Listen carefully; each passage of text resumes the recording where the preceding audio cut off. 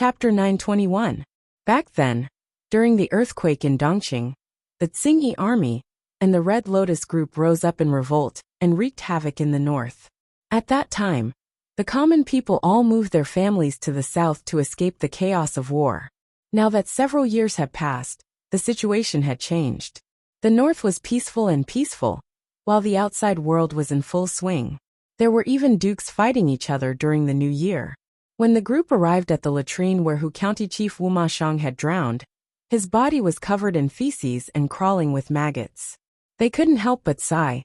Wu Mashang was a member of the royal family, a descendant of the heavens. He ended up like this in his middle age. I know. I heard that this person almost became emperor. He was one of the top figures in the 20-some Dukes alliance at Huang River. Who knew that he would die a violent death? The scholar paused and continued. Do you know why his body was found in the latrine pit? Is there an inside story? His companion asked curiously. Of course there is, the scholar said. I heard that the Su brothers from Zhe County were locked in a fierce battle and had endless internal strife. Just then, Wu Mashang wanted to take advantage of the conflict between the Su brothers and take advantage of it. Who knew that the Su brothers would unite against the outsiders and send troops to attack Hu County after the new year? When the army attacked, Hu County Chief Wu Mashang was still doing it with his beautiful concubine. When he heard the news that the enemy had attacked, he was so scared that he lost his horse. His concubine and servants only cared about their own lives. They hurriedly threw his body into the latrine in the backyard. It was said that after losing his horse, he regained his final radiance and watched helplessly as he was thrown into the latrine and drowned. The so-called horse death, also known as sudden death during intercourse, was also known as withdrawal syndrome. It was an unexpected death caused by sexual activity. The scholar described it vividly, as if he had seen it with his own eyes. This is really pitiful. His companion was speechless for a long time. After a while he asked again. But there is one thing I don't understand. I heard that the Su brothers from Zhe County have always been at odds with each other. Why did they put aside their differences and join forces to attack Hu County? If the two brothers hadn't caused such a ruckus, Hu County Chief Wu Mashang wouldn't have been so defenseless.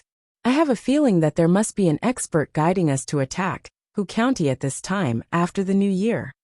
Wu Mashang had been planning to reap the benefits from the fight, but he never expected that his brothers, who had been at each other's throats just a second ago, would stab him in the back in the next second.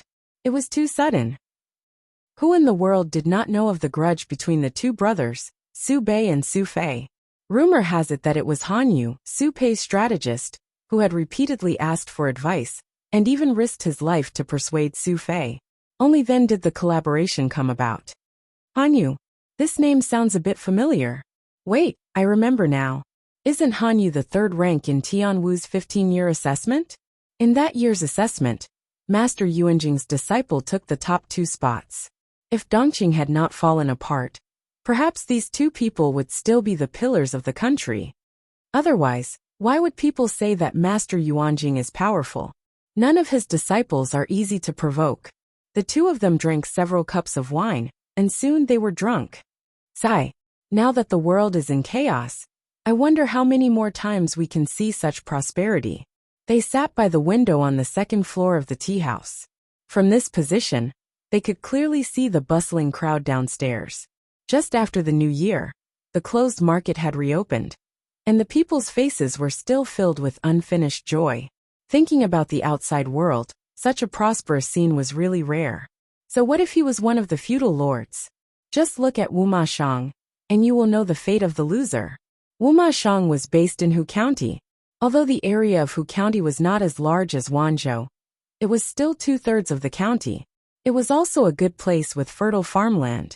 Wu Mashang had a good card in his hand, but his opponent was too strong. In the end, he ended up drowning in a latrine. Isn't that a child from the academy next door? As he drank his wine happily, a rather unlucky blue and white color entered his line of sight. The scholar furrowed his brows. In Wanzhou, only the students of the Golden Scale Academy could wear such clothes outside. The Golden Scale Pavilion was open to the public, attracting countless students from thousands of miles away to study, further increasing the prosperity of Wanzhou. In this era, books were precious. The students drooled over the countless books, wishing that they could stay here for the rest of their lives. Who would be willing to move? The slightly wealthier scholars directly bought houses, the poorer ones rented, and the poorer ones had to share a house with several people. After living here for a long time, they also felt a sense of belonging to the Golden Scale Pavilion.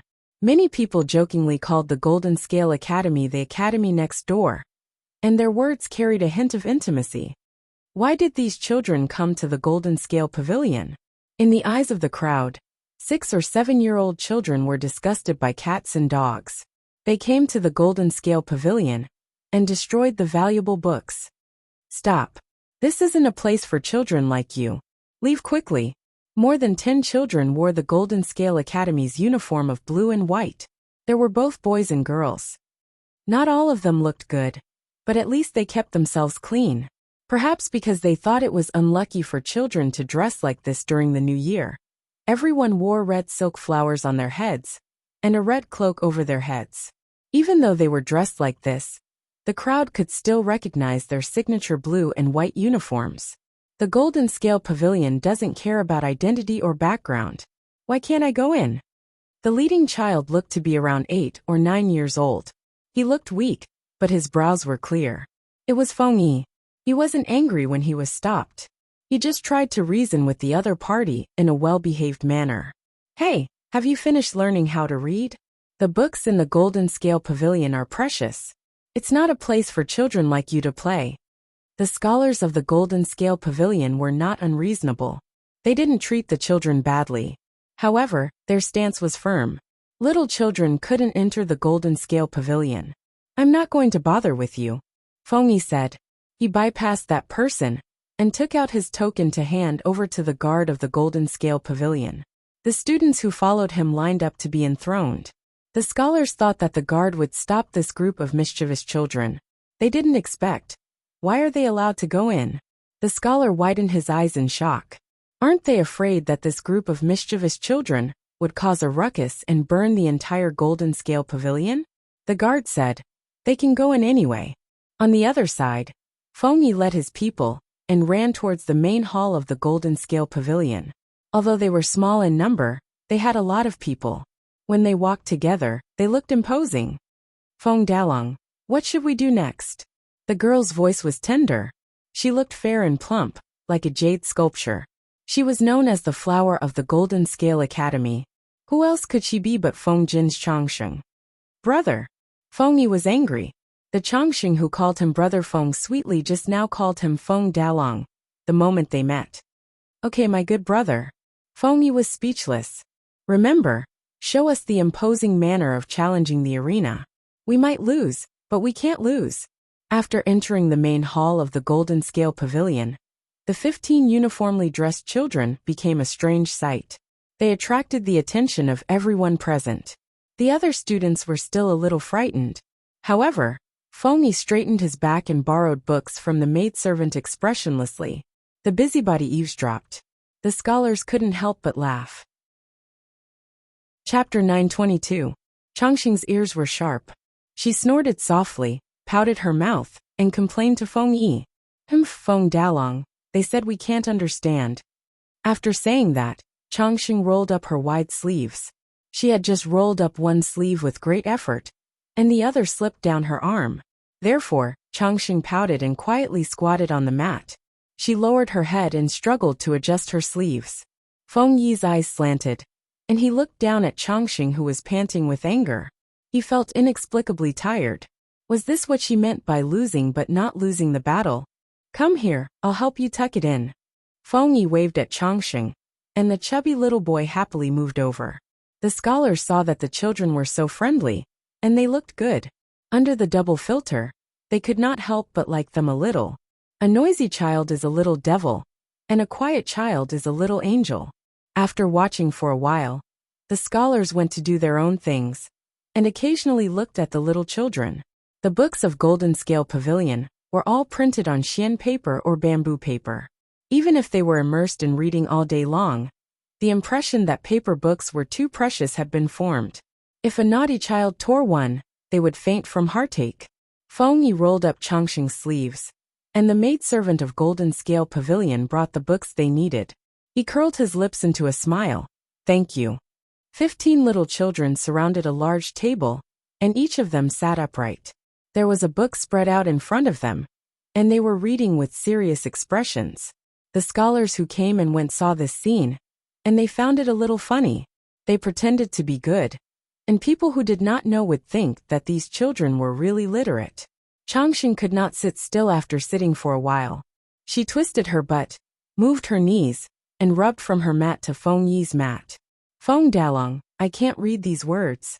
Feng Yi took a look, and it turned out to be a few relatively rare words. For Changxing, who could only read half of the words, it was indeed very difficult. I'll teach you. Feng Yi used his finger to draw a few characters on the paper, and for Changxing to read, he even repeated it twice. Changxing muttered, but she could not find the correct pronunciation after several times, and her face wrinkled. She had only studied in Golden Scale Academy for 3 months, and she was proficient in pinyin, but not proficient in using it. Feng Yi was not in a hurry, and patiently waited for her to read it. The scholars who were observing the situation found it funny, and asked, Little lady, what words do you not know? I can teach you. Feng Yi squinted his eyes, frivolous. Changxing raised her head. Most of her hair covered her forehead, making her little face look even rounder. The scholars laughed. Dalong is the little brother next to you. The scholar smiled and said, Feng Dalong is this little brother beside you? He is still, and does not know as. He is, and he is. He was already so old, yet he still wanted to coax Changxing to call him brother. Shameless. And because Dalong and father. Dal and. Do you know what a challenge is? It is very powerful 1 against 10. Dalong's father is also very powerful. Dalong will be as powerful in the future. The scholar listened to Changxing, and he could not help but smile. Even though Changxing tried her best to explain, outsiders who did not understand the situation would only be confused. The only thing that could be understood was the challenge. Your Feng Dalong is still too young. The brothers here are all adults, and they do not beat children. Changxing tilted her head, and looked at the scholar, and then at Feng Yi. Dalong was indeed not as tall as the others, and not as strong. How could he beat them? Changxing looked at Feng Yi with grievance, as if he was really facing the prospect of being beaten up. Feng Yi bowed to the scholar, and said politely, I still have to learn from a few classmates. Please help yourself. The scholar refused to leave. You are only at the age of Zhangjiao, and you just finished reading Great Xia rhyming book, right? According to the current education progress, it was already very good for a 7 or 8-year-old child to finish reading Great Xia rhyming book. I am not talented, and I have finished reading Great Xia rhyming book. Now, I am learning 300,000 from the teachers, and the Book of Songs and the Analects of Confucius in spring. The scholar said, What is 300,000? The texts taught by the college students. He asked Feng Yi again, How old are you? Can you understand the Analects of Confucius? And you are learning the Book of Songs? Although I don't understand, I have already memorized it. As a top student, how could he not prepare in advance? The scholar was speechless. Kids nowadays were really amazing, and they could boast to the sky. Which brat could be so good? You said that you have already memorized it? Feng Yi was silent for a moment, and he said, I have memorized the original text, but I have only read the annotations written by the teachers a few times, and I have only memorized it. The Analects of Confucius was easy to memorize, but the Book of Songs was a little difficult for Feng Yi. It was said that the art of war would be taught next semester, and Feng Yi was more interested in that. The scholar was speechless. Boast. Keep boasting. Brats nowadays did not even follow the basic rules when they boasted. How could a brat's parent not know? Did he really think that he had a genius son? Since that is the case, let me test you. The scholar felt that bragging kids needed to be taught a lesson, or else what if they became second nature to lying in the future? Dear brother, please give me some pointers. Feng Yi raised his hand to signal the other students to continue reading, while he faced the challenge in front of him calmly. Sage Confucius had a student named Bo Shang, and his courtesy name was Zixia. He once said, "Parents, monarch, friend. Which one do you know?" Fengyi said without hesitation. When it comes to parents, one can do one's best. When it comes to monarch, one can do one's best. When it comes to friends, one must keep one's word. The scholar did not expect Fengyi to be able to answer, and he made things difficult for him. When it comes to friends, one must keep one's word. What do you mean by this? When it comes to friends, one must be honest and sincere, and scrupulously keep one's word. The scholar was speechless. His original intention was to use this to mock Fengyi for boasting at such a young age, but now he felt a little embarrassed. The scholar did not believe him, and he asked again. The disciple that sage Confucius was most proud of was called Yanzi, and his courtesy name was Ziyuan. Sage Confucius repeatedly praised him, saying that he was studious, benevolent, and even said that he had 4 virtues. Do you know which 4 virtues it is? What is Yan Hui's lifelong desire? The 4 virtues of a gentleman are strong in doing righteousness, weak in accepting advice, fearful of salary, and cautious in governing oneself. Teacher, please mark this passage as firm when doing righteousness, gentle when accepting advice, cautious when getting an official salary, and cautious when cultivating oneself. Fengyi continued. As for what sage Yanzi's lifelong desire, this kid boldly thinks that it is definitely a prosperous age where the monarch and his subjects are united. People live in harmony. People of all ages are healthy. People of all ages are healthy, and the world is peaceful. The scholar began to pay attention now, and those who were paying attention to the commotion here were also attracted over. The scholar continued to ask, "Why do you say so?" Chapter 923. There was no first place in literature, and no second place in martial arts. As a scholar who was well-read, it was a great shame that he could not defeat a young child. The scholar rolled his eyes. He still wanted to test Fengyi. However, he did not want to test the Analects of Confucius, but the Book of Songs. The Analects of Confucius recorded the words and deeds of Sage Kong and his disciples. It was one of the most classic works of Confucianism, but it was not long. Most of it was quotations and dialogues, so it was not too difficult to memorize. The Book of Songs was different. Not to mention the length, just the jerky content was very difficult to memorize. Only when one was slightly older and knew more things would it be easier to learn. The little child in front of him was only at the age of young. He could not possibly remember all the rare words and content in the Book of Songs, right? I won't test you too hard. Just memorize curly ear. Before Fengyi could speak, Changsheng, who was at the side, quickly raised her hand. Changsheng can also recite this poem. You can recite it?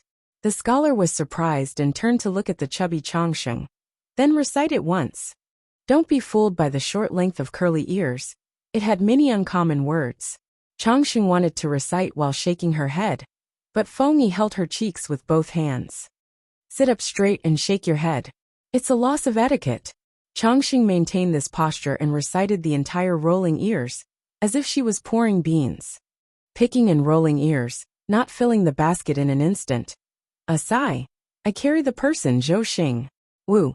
Ji Chui Wei. I carry the horse and horse.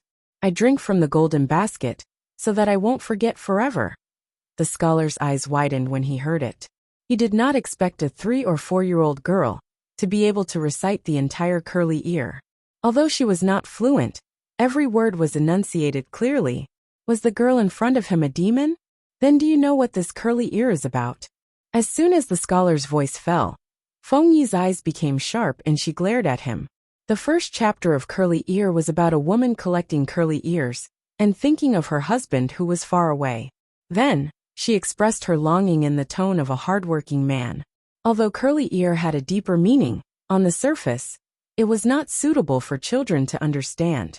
Changsheng did not know this. She said happily, Changsheng knows. It's about a young lady who picks mushrooms. After the scholar asked, he regretted it.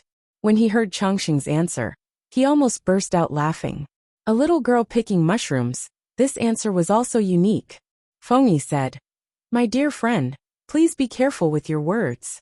Changsheng is young and ignorant, but you are no longer a 3-year-old child. The scholar's face turned red. He also knew that he was wrong just now. After being shocked by Feng Yi and Changxing one after another, he already believed that this group of radishes in front of him could really read. I remember that all of you are students of the Golden Scale Academy, right? The outside world was clear about the background of the students of the Golden Scale Academy. Nominally, they were the orphans of heroes. But to put it bluntly, they were the children of poor people. How could a child from such a family have any foundation? The Golden Scale Academy was established only a few days earlier than the Golden Scale Pavilion. In other words, these kids who had no foundation had only learned to read and write for less than a year. In such a short period of time, they were already able to stop reading Great Xiaorime. What was the purpose of Golden Scale Academy? The scholar asked a question that everyone else was curious about. What do you learn from your teachers in the academy on normal days? Feng Yi said one by one respectfully. Apart from the 300,000 at the beginning, they also had to learn arithmetic. Before learning arithmetic, they had to memorize the 9-9 arithmetic formula. The teachers told them that after learning the basics, they had to come into contact with the classics and historical collections. Apart from that, according to their different talents, they had to learn the 4 arts, chess, calligraphy, and so on. Wait, what is 300,000 ? 3-character classic, 100 family names, 1,000-character classic. The scholar's expression became strange. The Golden Scale Pavilion also had these 3 sets of books, and he had read them when he was bored. He had to admit that if it was used to teach young children, it was indeed an excellent book. However, why didn't they learn Great Xiaorime? The scholar asked this question. Feng Yi said, the teachers don't teach Great Xiaorime. They teach Chinese New Rhyme. Chinese New Rhyme, what was this? Everyone was suspicious. They had never heard of this thing. Feng Yi took out her class notebook, which was cut out of bamboo paper, which made the others envious. Some of them were so poor that they couldn't even afford a brush, ink, and bamboo slips. The little boy used expensive bamboo paper to make drafts and notes. The scholar took over Feng Yi's notebook and found that this boy's handwriting was very good. Every word was upright and had a strong style. The strange thing was, apart from the words he was familiar with, there was a string of strange symbols near some rare words. Look at the last page. Feng Yi reminded. That person raised his hand and turned to the last page and found that there were dozens of symbols on the page, which were exactly the symbols he had just seen. This is the rhyme symbol of Chinese New Rhyme. The teachers teach us to use these symbols to spell out the pronunciation of unfamiliar words. The scholar was confused. Even though he had been in the Golden Scale Pavilion for half a year, he had never seen Chinese New Rhyme, nor had he seen these symbols. What kind of scribbles are these? Changxing said in surprise. You don't understand. But didn't the teacher say that everyone has to learn it? The scholar's cheeks turned red. He really hadn't learned it before. He secretly glanced at the children present and found that they were all using the so-called rhyme symbol to mark the pronunciation. They obviously didn't know the word, but when they asked Feng Yi and Feng Yi drew the rhyme symbol for them, they could pronounce it correctly. Suddenly, the scholar was curious. What exactly was this rhyme symbol of Chinese New Rhyme? Not only that, he also heard a conversation between a few little boys. They were talking about Feng Tian's math problems in 9 chapters of arithmetic. He stretched his neck to take a look and found that there was a piece of paper on the table of these few children. There were 10 math problems listed on the paper. They were the problems in 9 chapters of arithmetic. The scholar saw that the children were frowning and thinking hard. He found it funny and decided to help them. Who knew that after the children finished calculating 10 problems, he could only calculate the second one. He thought that the children were calculating blindly, so he was unconvinced and proofread the answers with the other party. They were exactly the same. The scholar was speechless. Could it be that he had been cheated? That the students of the Golden Scale Academy were actually not ordinary people, and that each of them had received enlightenment education? This group of little boys in blue and white clothes were too eye-catching. They could always attract curious students to come and join in the fun. Every one that came was startled. After half a day, the students who were permanently stationed in the Golden Scale Pavilion knew that the little boys from the neighboring academy were not simple. As for the Chinese new rhyme that the children were talking about, they were even more shocked. The children were young, so others would have lower expectations of them. If it was someone of the same age who came to the Golden Scale Pavilion to promote, he would have been besieged by a group of scholars and had to fight with them one after another. If it was this group of children with an average age of 6, not only would they not fight, but they would also put the children at the level of child prodigies. Chapter 924. I thought my lord was fooling around. I didn't expect it to be so effective. Wan Xian sighed. He thought that the implementation of new rhymes of Chinese would cause a lot of controversy. However, the students from the Golden Scale Academy went to challenge the Golden Scale Pavilion and used the practical effect to suppress the arrogant students. After the actual implementation, the effect was much better than expected. If new rhymes of Chinese can be implemented, many people in the world will benefit from it. Chengqing smiled and stroked his beard. He also heard about the performance of the students from the Golden Scale Academy. As a teacher, he was proud of himself. Yes. Wan Xian laughed heartily and swept away the haze. He escaped from Zhongzhou to Dongqing with Xie Qian and settled down in Wanzhou. At first he was at a loss. Now he found a new goal in life and lived a fulfilling life. Although he was middle-aged, his spirit was abnormally high and did not lose to young people. The two of them joked. Chengqing noticed that Master Yuanjing was silent and frowned, as if he had encountered a problem. Master Yuanjing, what's bothering you? Wan Xian asked with concern. Feng Ren, who heard the noise, put down the book in his hand and looked up at Master Yuanjing. Master Yuanjing came back to his senses and forced a smile. I suddenly thought of something. Feng Ren asked, what is it? It was not a simple thing to make Master Yuanjing look worried. Yuanjing said, yesterday my student Tang Zuda came to ask me about something. Thinking about it, what he said made sense. New rhymes of Chinese uses rhyme marks to mark pronunciations. It is simple and easy to learn. But Zuda is worried about one thing. If all the people in the world learn simple rhyme marks and replace the existing characters with rhyme marks, I'm afraid that no one will be willing to learn Chinese. Tang Yao was not the only one who was confused about this. Many students from the Golden Scale Pavilion also questioned it. They had to admit that this question was very tricky. Everyone froze on the spot. They agreed with the rhyme marks in new rhymes of Chinese, because these rhyme marks could help people read and recognize characters. But if the people were only willing to learn simple rhyme marks and gave up learning the more difficult Chinese characters, what should they do? Cheng and the others pondered for a while. Wan Xian seemed to have thought of something, and his brows relaxed. I don't think it's possible. Wan Xian smiled and said, Chinese characters are broad and profound. It's a cultural treasure and an unparalleled wealth. There are many Chinese characters with the same sound, but different characters with different meanings. How can a few rhymes replace them perfectly? When Master Yuanjing heard this, he was suddenly enlightened. He patted his forehead and laughed at himself. I'm old and my brain is useless. Lengjie County and Ningning County had been cradles for the export of talents since ancient times. They were the places with the strongest literary atmosphere. Huang Song had many talents under his command. Almost everyone had friends in these two places. With this layer of connection, even if the celebrities didn't think highly of Huang Song, they could still meet him for the sake of his friend. As for whether or not Huang Song could move them, it would depend on his personal performance. After one round, Huang Song managed to get close to many good seedlings. Because Master Yuanjing had gone to Wanzhou, Lengjie Academy seemed a little quiet. As Master Yuanjing's first disciple, Chengjing finally returned to Lengjie County. Naturally, he had to visit his mistress. Master Yuanjing's mistress shook her head at Chengjing. Your master is the same. He said he would be back in 3 to 5 months, but now he refuses to come back. If he wasn't old, I would suspect that he has been seduced by some stunning beauty. Recently, he hasn't even written home letters.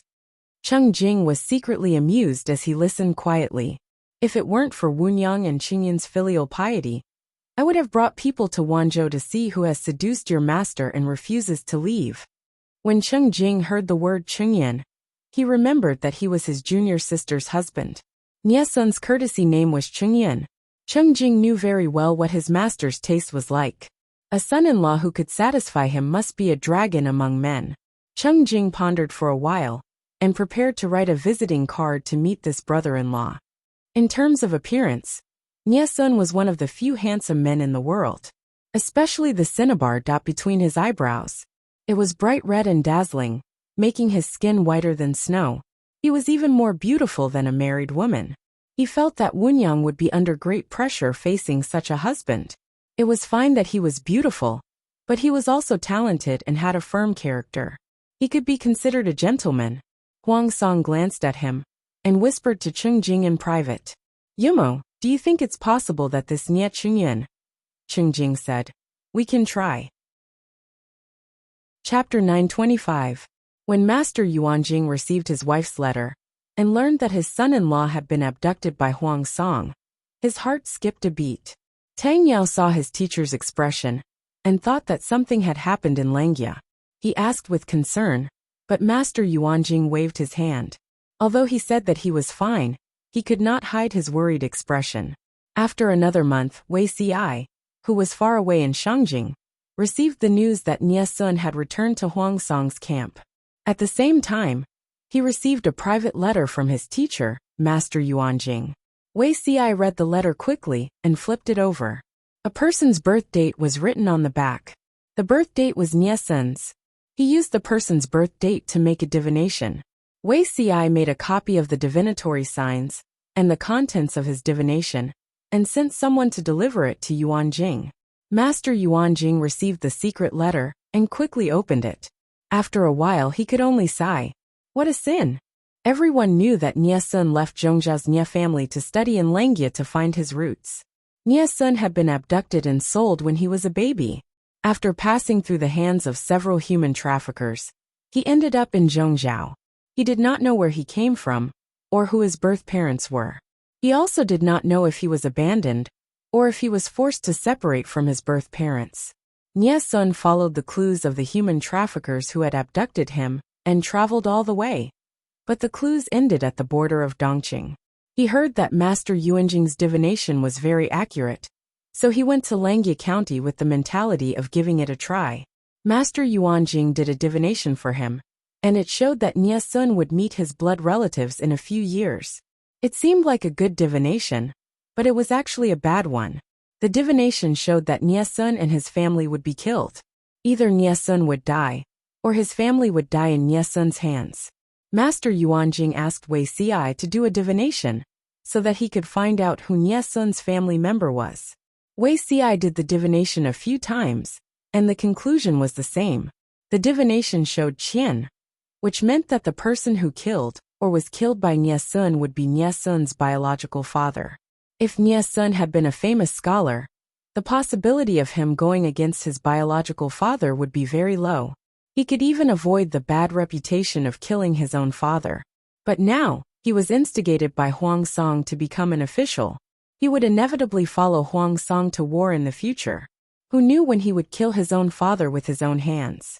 It was fine if this news was kept a secret for a lifetime. But if it was accidentally leaked, Nie Sun's reputation would be ruined. That was why Master Yuanjing said that it was an ill-fated relationship. Chengzong's second year, June. Jiang Pingji was 19. Sister. Sis, wait for little brother. Lu Zhao rode on the maroon horse.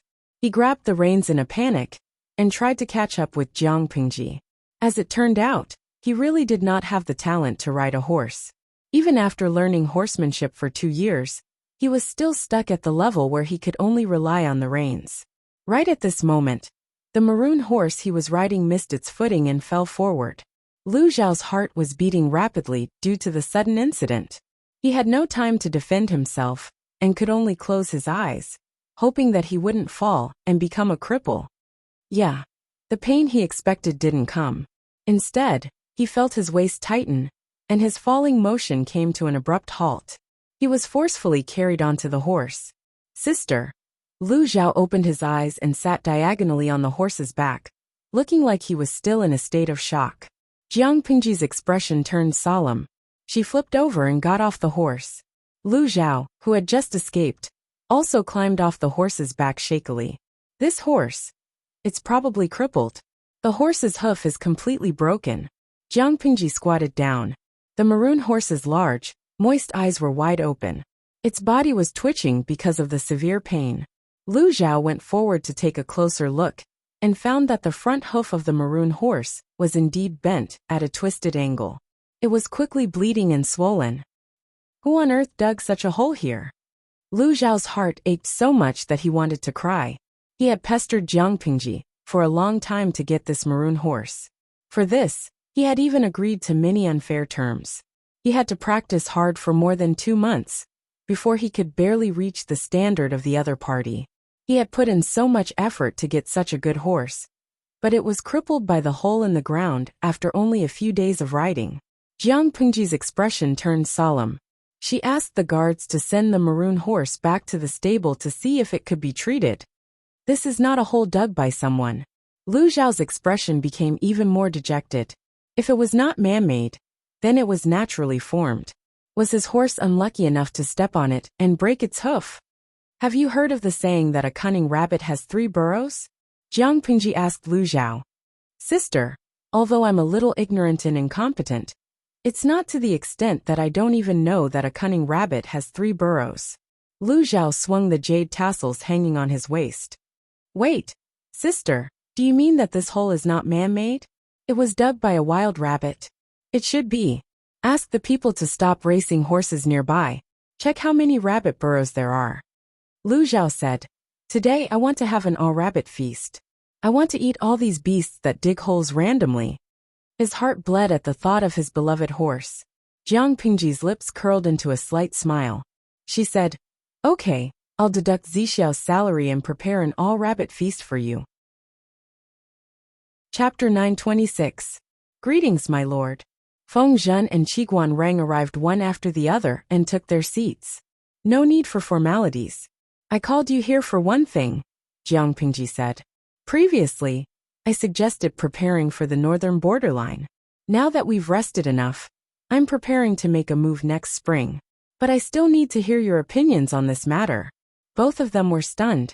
They were not mentally prepared at all. Following a lord who could do whatever she wanted, they could enjoy a different kind of stimulation every moment. Qiguan Rang asked, What news did my lord receive? If there was no external stimulation, his lord wouldn't go crazy with people at every turn. Jiang Pingji frowned as she recounted the day's experience. They stationed troops in Shangyu County. Although it was at the border of the grasslands, there were already many traces of wild rabbits. One could imagine what the situation would be like in the northern borderline, where the grass was more plentiful. Her intuition told her that next year was the best time to make a move. If they fought quickly, they could turn around and join the warlords in the Central Plains after a short rest. Then they could take advantage of the situation. If they missed this opportunity, it would be hard to say. However, fighting a war required accurate intelligence and credible plans. It could not rely on her intuition alone. Qiguan Rang and Feng Zhen looked at each other. They also knew about the rabbit and sheep strategy that Wei Ci had implemented in the past. Now there were even traces of wild rabbits at the border. One could imagine that their strategy was effective. However, they still had to carefully consider whether it was suitable to start a war. Qiguan Rang stepped forward and bowed. He said, My lord, in my opinion, it is better to be cautious. We can first send people to investigate the situation in the northern borderline. If the situation is suitable, then we can take stock of rations and troops. We can mobilize troops to guard the border of Chongzhou. We can strengthen the training of the troops and be ready for battle. There were many things to prepare for war. Not only did they have to understand the enemy's intelligence, but they also had to ensure their own supply lines. Fortunately, they had decided to station a large number of fields in Chongzhou and selected a few fields with strategic significance. When the autumn grain harvest came, it would be the 3rd year of stationing fields in Chongzhou. The rations would be enough to support this large-scale war. The existence of the fields would not only reduce the loss of grain, but they could also provide support flexibly. They would not have to worry about the enemy interfering with the grain transportation route. Feng Zhen seconded the motion. Jiang Pingji said, I know this too. I'm just informing you. Qiguan rang and the other two secretly heaved a sigh of relief. The audience from the two sides sometimes had friendly exchanges, and sometimes it was a tragic quarrel. The red side said that the blue side had despised the streaming room for many years. Why didn't they quit the streaming room completely? Why were they competing with them? Chapter 927. Banyuan. Sigh, the streamer is going crazy. I haven't seen her swear before. Leisurely Xianshan. If it were me, I'd be angry too. The Mengs of Cangzhou must have a hole in their brain. For 10 times the profit, they actually sold such an important strategic resource, the Maras of the right age, to a foreign tribe at the border. It was one thing to sell it, but this foreign race was going to attack the Central Plains. Kixingsu. I can understand why the host is so angry. A well-bred mare of suitable age is equivalent to a strategic resource like tank ammunition. No matter how short of money the motherland was, it would not sell it to a country that was hostile to it and constantly wanted to invade it. If the aristocrats of Chongzhou chose to collude with the nobles of the northern borderline to harm Jiang Pengji for the sake of their family's interests, then what about the Meng family of Cangzhou? If the foreign tribes of the northern borderline were to quickly recover their strength with the help of the mare, they would mobilize their troops to the Central Plains and slaughter the Han people. The Meng family of Cangzhou would be the greatest sinner of all time. The Meng family of Cangzhou didn't help them, knowing that their streamer had been cultivating for several years and was pointing her sword at the northern borderline. Not only did the Meng family of Cangzhou not help, but they also hit her when she was down. If the world was in danger, no matter how much money the Mengs collected, it would only benefit others in the end. Women in disguise. Fortunately, we discovered it early. If we discovered it 2 years later, the cavalry of the northern borderline would have recovered at least 40% of their combat power. Meet you 21 years old. I suddenly thought of something. The 3 families of the northern borderline bought so many maras from the Meng family of Cangzhou at 10 times the price. They must be very tight financially, right? The streamer plans to attack the northern borderline next spring.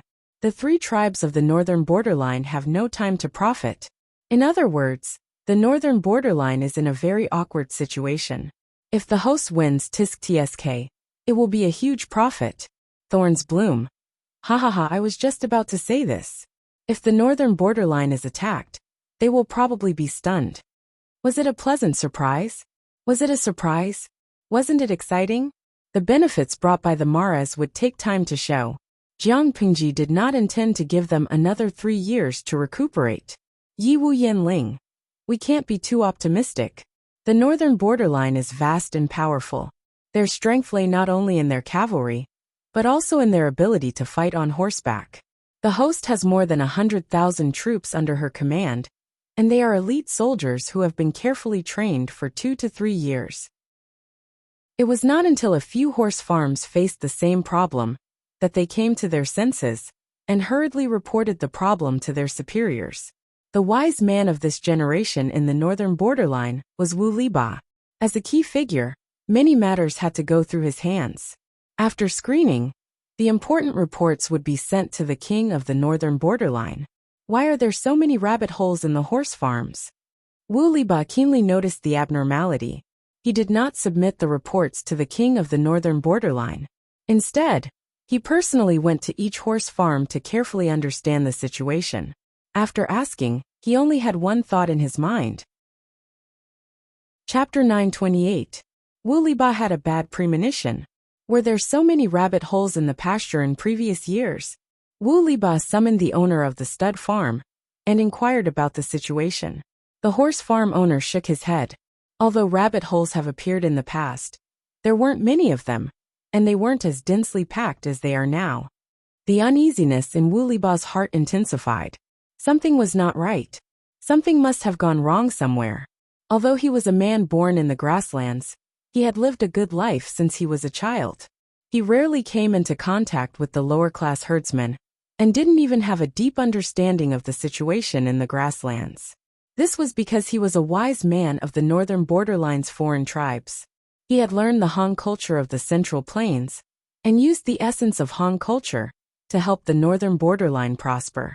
All these years, in order to help the northern borderline recover from the horse plague, Wu Liba did not have the heart to focus on anything else. Moreover, the king of the northern borderline was getting older, and the princes under him were getting more and more mature. The fight for the throne was about to surface. With two hidden dangers added together, how could Wu Liba have the energy to care about the lives of the lowly herdsmen? If it wasn't for the fact that the number of rabbit holes had increased greatly, causing the horses in the farm to be crippled, he wouldn't have investigated to the end. When his subordinates placed the information they had found in front of him, Wu Liba was so angry that he slammed his palm on the table, his expression ferocious. Who allowed these fools to act smart and raise wild rabbits? Wu Liba was exasperated. The guard was startled, and then he lowered his head to conceal the rage that surged in his eyes. If the imperial court had not made a mistake in its policy and bought the Fergana horses from Shalan, causing the entire northern borderline to be infected with the horse plague, would the low-level herdsmen be so poor that they had no money to buy rice? If they didn't rear these rabbits, who knew how many families would be forced to sell themselves as slaves? However, the guard did not dare to say this. He had been by Wu Liba's side for a few years and knew his temperament very well. Master, do you know how the herdsmen lived in the past few years? The guard reminded him carefully. Wu Liba's expression froze. Of course he knew. He was even indirectly related to the current situation. In order to cultivate more war horses, the royal court of the northern borderline promised the herdsman families benefits by selling them foals. Then the government would buy them back at a high price. Because of this policy, the northern borderline was able to develop in a short period of more than 10 years. It even threatened Dongqing so much that they dared not act presumptuously. This suggestion was made by Wu Liba. Wu Liba was dressed like an ordinary herdsman, and he did not carry any valuable items. He looked no different from an ordinary person. The old herdsman who herded the sheep chuckled. It is indeed tiring. This year the pasture is not lush, and we always have to move places. The Beijiang people were nomadic people, and they followed the pasture when herding. Wherever there was more pasture, they would herd the animals there to eat. Wu Liba felt that something was wrong with the old herdsman's words, so he probed. With so many sheep, I wonder how much pasture they will eat. At this rate, they will soon reach another pasture. The old herdsman said, That's right. They can eat too much. If we don't herd them, they will be so hungry that they will pull out the grass from the mud. After Wu Liba heard this, a thought flashed through his mind, and he seemed to have grasped the truth. He hurriedly asked, Old man, where did you herd the sheep previously? The old herdsman pointed casually. Wu Liba thanked him, and hurriedly mounted his horse and galloped in that direction. This season was the time when the pasture was lush. From afar, the entire vast grassland looked like a piece of emerald jade that had fallen to the mortal world. It was lush green, and it made one feel refreshed. However, when Wu Liba arrived at the destination pointed out by the old herdsman, he realized that the pasture there was sparse. To make an analogy, it was like mild hair loss. Although the scalp was not exposed, it was obvious that the hair was not as lush as before. Wu Liba rode on his horse and muttered to himself, Sheep. Rabbit. The breeze on the grassland caressed the pasture, making it sway beautifully. Could it be pasture? In an instant he understood all the details, and his heart tightened. Pasture was the key to rearing war horses. The mastermind was obviously using such a roundabout method to indirectly squeeze the survival resources of war horses. What a sinister plan. Wu Liba clenched his teeth. Fortunately, he had discovered it early. Otherwise, if the enemy had continued secretly for another 7 to 8 years, the Beijiang would not be able to afford to rear war horses. Chapter 929. The northern borderline imitated the Central Plains in many ways. Not only did they copy the harem system, but they also copied the rules of the imperial court. Court meetings were divided into large and small ones. The small ones dealt with small matters, while the big ones discussed important matters. In the big court meeting, the minister once again proposed the appointment of a crown prince. The king's expression was very ugly. His sons were in their prime, but he was beginning to slip from his peak, like the sun setting in the west. This feeling of powerlessness was unbearable for the ambitious him. At this moment, he finally understood the Dongqing emperor's state of mind. He was also beginning to worry about personal gains and losses. He was afraid that his sons would take away his power and life when he was unguarded. As usual, he rejected the appointment of a crown prince. The king even reprimanded the minister and his sons who supported him. After an hour, he was starting to feel a little exhausted. Rubbing his forehead tiredly, the king said, "My dear ministers, do you have anything else to report? If there is nothing else, please leave." Before he could finish, Wu Liba interrupted the king. "Your Majesty, I have something to report." In recent years, Wu Liba was less and less trusted by the king. Because of the horse plague, he was almost convicted. After hiding his strength and biding his time for a few years, Wu Liba's presence in the imperial court gradually diminished. Thinking about it carefully, this was the first time he had made a report at the big court meeting this year. Seeing that the person who stepped out was Wu Liba, the king of the northern borderline had no choice but to endure his fatigue and continue listening. "What is it?" Wu Liba handed over the bamboo scroll that he had written. "Your Majesty, I have been visiting for a few days and found that the herdsmen are raising a large number of rabbits and sheep. If this goes on, these animals will definitely occupy the pasture, causing the war horses to have no grass to eat. Now it is a critical time for us to recover our vitality. We must not let our guard down. The major horse farms have reported that more and more war horses have broken their legs because of the rabbit holes. This means..." The king of the northern borderline glanced at it and frowned. He suppressed the rising anger in his heart and interrupted Wu Liba. "Wu Liba, this is the court meeting, not your home. How dare you bring such a trivial matter to the court meeting?" Wu Liba was shocked. He hurriedly half knelt on the ground and made a gesture of allegiance. He said, "Your Majesty, I'm definitely not trying to scare you. Now, all the signs show that the caravan's large-scale purchase of sheepskin rabbit meat is clearly a conspiracy against the pasture. I earnestly request your Majesty to give the order to immediately capture those traveling merchants and interrogate them to find out who the mastermind is." The king of the northern borderline was furious. Wu Liba rarely cared about the lives of the lowly herdsmen. As the ambitious king of the northern borderline, it was even more impossible for him to care about the ordinary herdsmen. In his opinion, it was very normal for herdsmen to raise rabbits and goats. If there was anything abnormal, it would at most be carelessly releasing the rabbits, allowing them to breed. However, was this a big deal? As for the herd of sheep, the ancestors of the northern borderline relied on herding for a living. What was so strange about herding horses and sheep? Could it be that the old ancestor herding horses and sheep was also a conspiracy of someone with ulterior motives? The older you get, the more muddled you become. The king of the northern borderline scolded and threw the bamboo scroll with great force, hitting Wu Liba's forehead. Wu Liba did not expect to face such humiliation. He did not even have time to dodge. He was hit squarely by the bamboo scroll, causing his vision to turn black. His body, which was kneeling on one knee, swayed. The courtiers in the court were silent. They looked at Wu Liba from the corner of their eyes, as if mocking him for making a mountain out of a molehill. So what if they reared mini rabbits and goats? The grasslands of the northern borderline were so big. How could they be eaten up by these two kinds of beasts? Even if they really ate them up, the grasslands would still be covered with green grass the next spring. They really did not know what was wrong with Wu Liba. It was not easy for him to have a chance to speak in the court, but he actually talked about such a trivial matter. "Your Majesty," Wu Liba seemed to have aged a few years.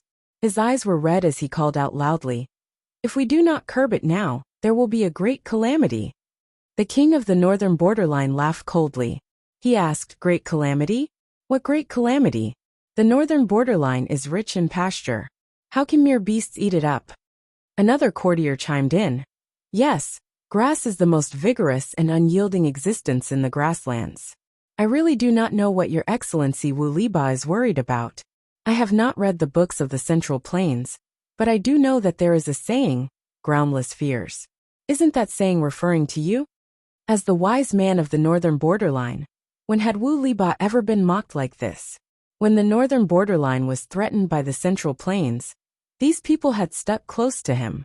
Now that they had lived a comfortable life for more than 10 years, they had all forgotten their past disgraceful behavior and jumped out one by one to add insult to injury. Groundless fears. That's a clever use of the phrase. Wu Liba's political enemy stepped forward and asked sharply, "Your Excellency, Wu Liba does not know the sufferings of the human world. Do you really think that love is enough? You have captured the merchant caravan. Who are you going to sell the accumulated goods to? Sell them to you. The herdsmen rely on their meager income to feed their families. Your Excellency, Wu Liba, on the other hand, wants to cut off their livelihood with just a few words."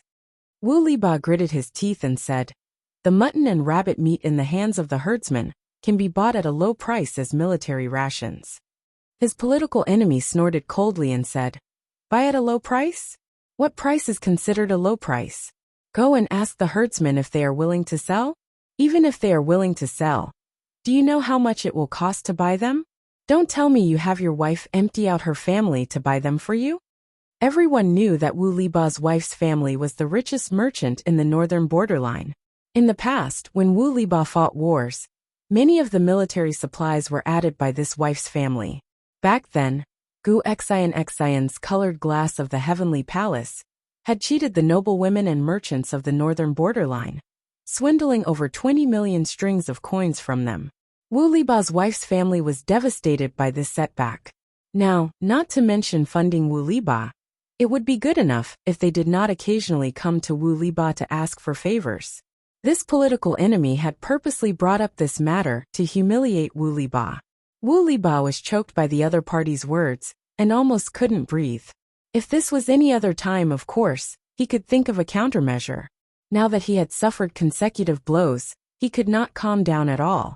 The political enemy sneered and bent down to whisper in Wu Liba's ear, "Even if the king does as you wish, I'm afraid he will not be able to." Wu Liba suddenly turned around and glared at him fiercely. The political enemy smiled brightly, but his words were filled with thorns. "Sir, have you forgotten that it was you who suggested that the king purchase maras from the Tsangzhou horse farm at a high price to fill up the farm, so that it can recover quickly? The imperial court's finances are already stretched thin, yet you still bring up such a suggestion to the king at this time." The northern borderline imperial court was already so poor that they did not even have much food reserves. If they captured the merchant caravans and cut off the livelihood of the citizens, then they would incur the wrath of the masses. Wu Liba was usually quite smart. Why was he so muddle-headed when faced with such a matter? Or could it be that this person was used to being arrogant and thought that the northern borderline's prosperity was due to him alone? There was a saying in the central plains that went, "Water can carry a boat, but it can also capsize it." This was not only used in the countries of the central plains, but also in the northern borderline. If the king of the northern borderline no longer had the hearts of the people, the herdsmen would turn and support the leaders of other tribes. Chapter 930. Wu Liba was exasperated. He said angrily, "Are we just going to ignore this and allow the mastermind to succeed? If the king's hegemony stops here, you will be sinners for all eternity. Who can bear the responsibility? Since you are loyal to the king, shouldn't you think for him?" As he spoke, his heart trembled. He was so angry that his entire face was green. How can the king fulfill his grand ambition of ruling the central plains if we allow these treacherous officials to drag us down? The political enemy's expression turned serious. His eyes were cold. He laughed ferociously and said loudly, "Fine, fine, fine. In the entire court, only you are loyal to the king. We are all treacherous officials. But in my opinion, you are also a treacherous official with evil intentions. Wu Liba, you ignore the current situation and force the king to do as you wish. Do you have the final say in the northern borderline or the king? So what if you are a wise man? Does the king not have the ability to judge for himself?" If Wu Liba had not suggested working with the Tsangzhou Meng family to buy maras at a high price, the imperial court's finances would not be so tight. But now, the northern borderline imperial court was already stretched thin and could not afford to do anything else. In other words, the northern borderline was already tied up by the high price of horses. It would take at least a year or two to see any profits. The older Wu Liba got, the less sensible he became. Could he not see the northern borderline imperial court's current predicament? Don't try to sow discord. I Wu Liba am loyal to the king. I have never been disloyal, Wu Liba said. But can't you see the danger of the herdsman raising large numbers of rabbits and sheep? If you can see it and still remain silent, then tell me, who is the disloyal one? The political enemy wanted to say something, but the northern borderline king roared and stopped the two from arguing. All of you shut up. Court dismissed. The northern borderline king glared at Wu Liba. He used to like this wise man, as much as he hated him now. In order to stabilize his power, the northern borderline king suppressed his adult sons. He deliberately ignored Wu Liba and tried to marginalize him. Why? Who asked the herdsman to deify the wise man and think that whoever Wu Liba stood on was the real king of the grasslands? If it had been his younger self, he would not have cared about these rumors, because he had the confidence to make Wu Liba work for him.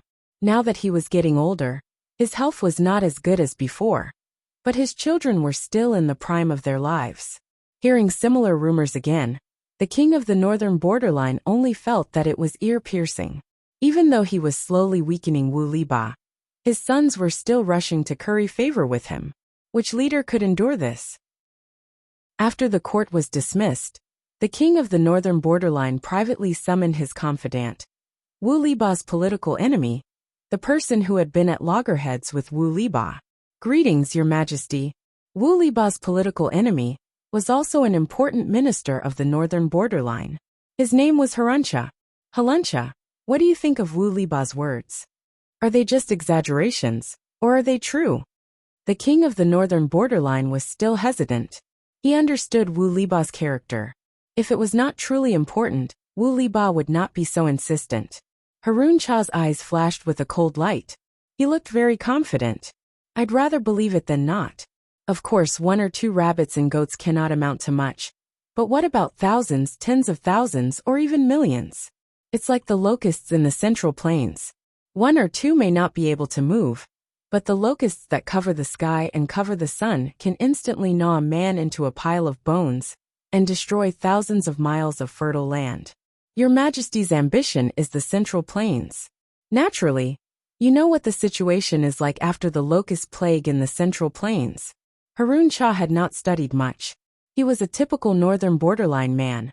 He advocated martial arts and despised words, especially the Confucian culture of the Central Plains.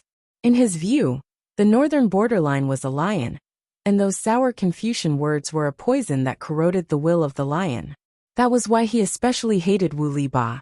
After all, Wu Liba had learned the culture of the Central Plains since he was young. After entering the political center of the northern borderline, he had proposed to promote the culture of the Central Plains several times. And so Wu Liba was hated by Haruncha. However, the king of the northern borderline was an ambitious man. He knew very well who would be most beneficial to him. Every time Wu Liba and Haruncha were at odds, the king of the northern borderline would choose to side with the former.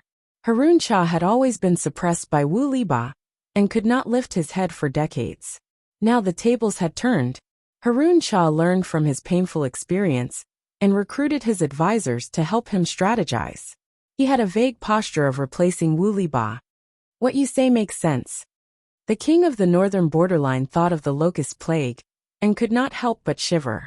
He then smiled bitterly. But what? But they had no money now. If they drove away the merchants with ulterior motives, what would happen to the rabbits and sheep in the hands of the northern borderline herdsmen? Wouldn't the herdsmen explode on the spot? Haruncha sighed. If that's the case, why doesn't Your Majesty do the opposite? The king's eyes lit up. He asked, What do you mean by the opposite? Haruncha said, No matter who is controlling the caravans, Your Majesty pretends not to know. Pretend not to know. The king of the northern borderline was stunned. He could not understand. Haruncha was secretly pleased. It felt good to keep others in suspense.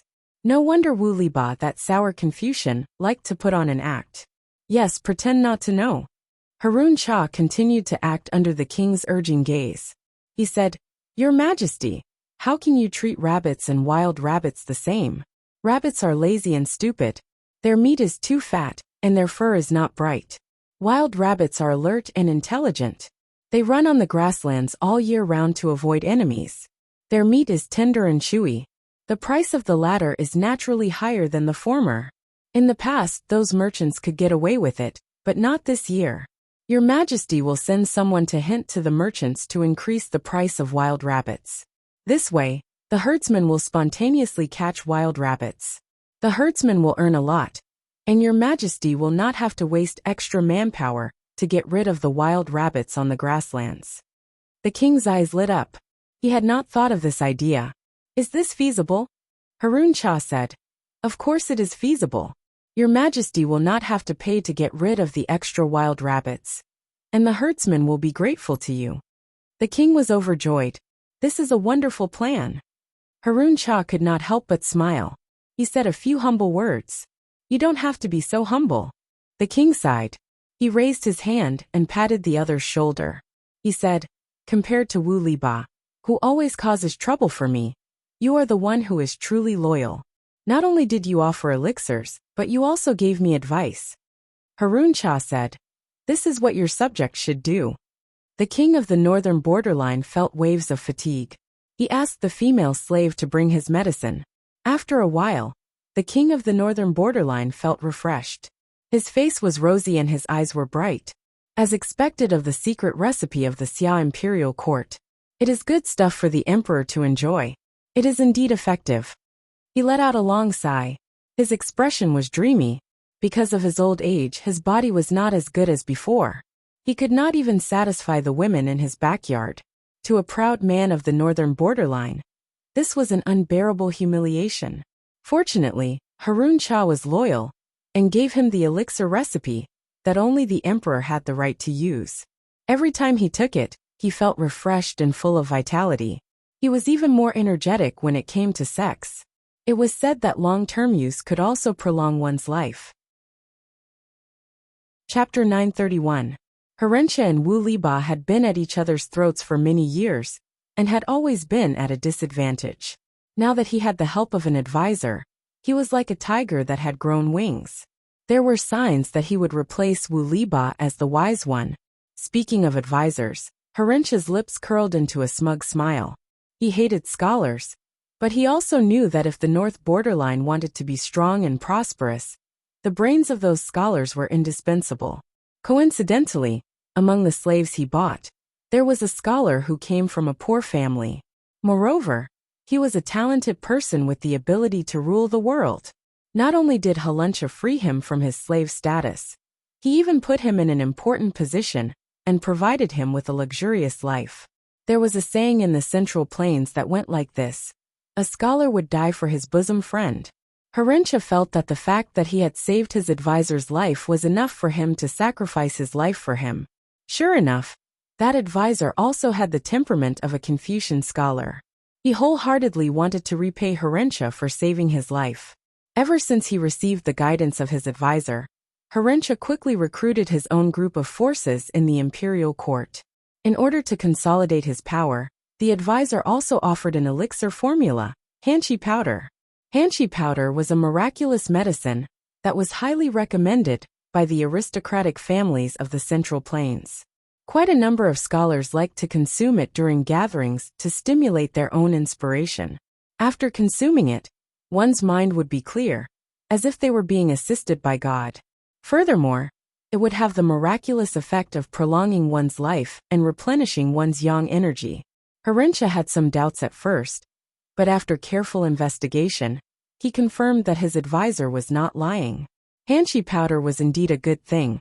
Only the rich and powerful aristocratic families had the right to consume it. Herentia ate the Amway. However, good things could not be enjoyed by himself. He first thought of the king of the northern borderline.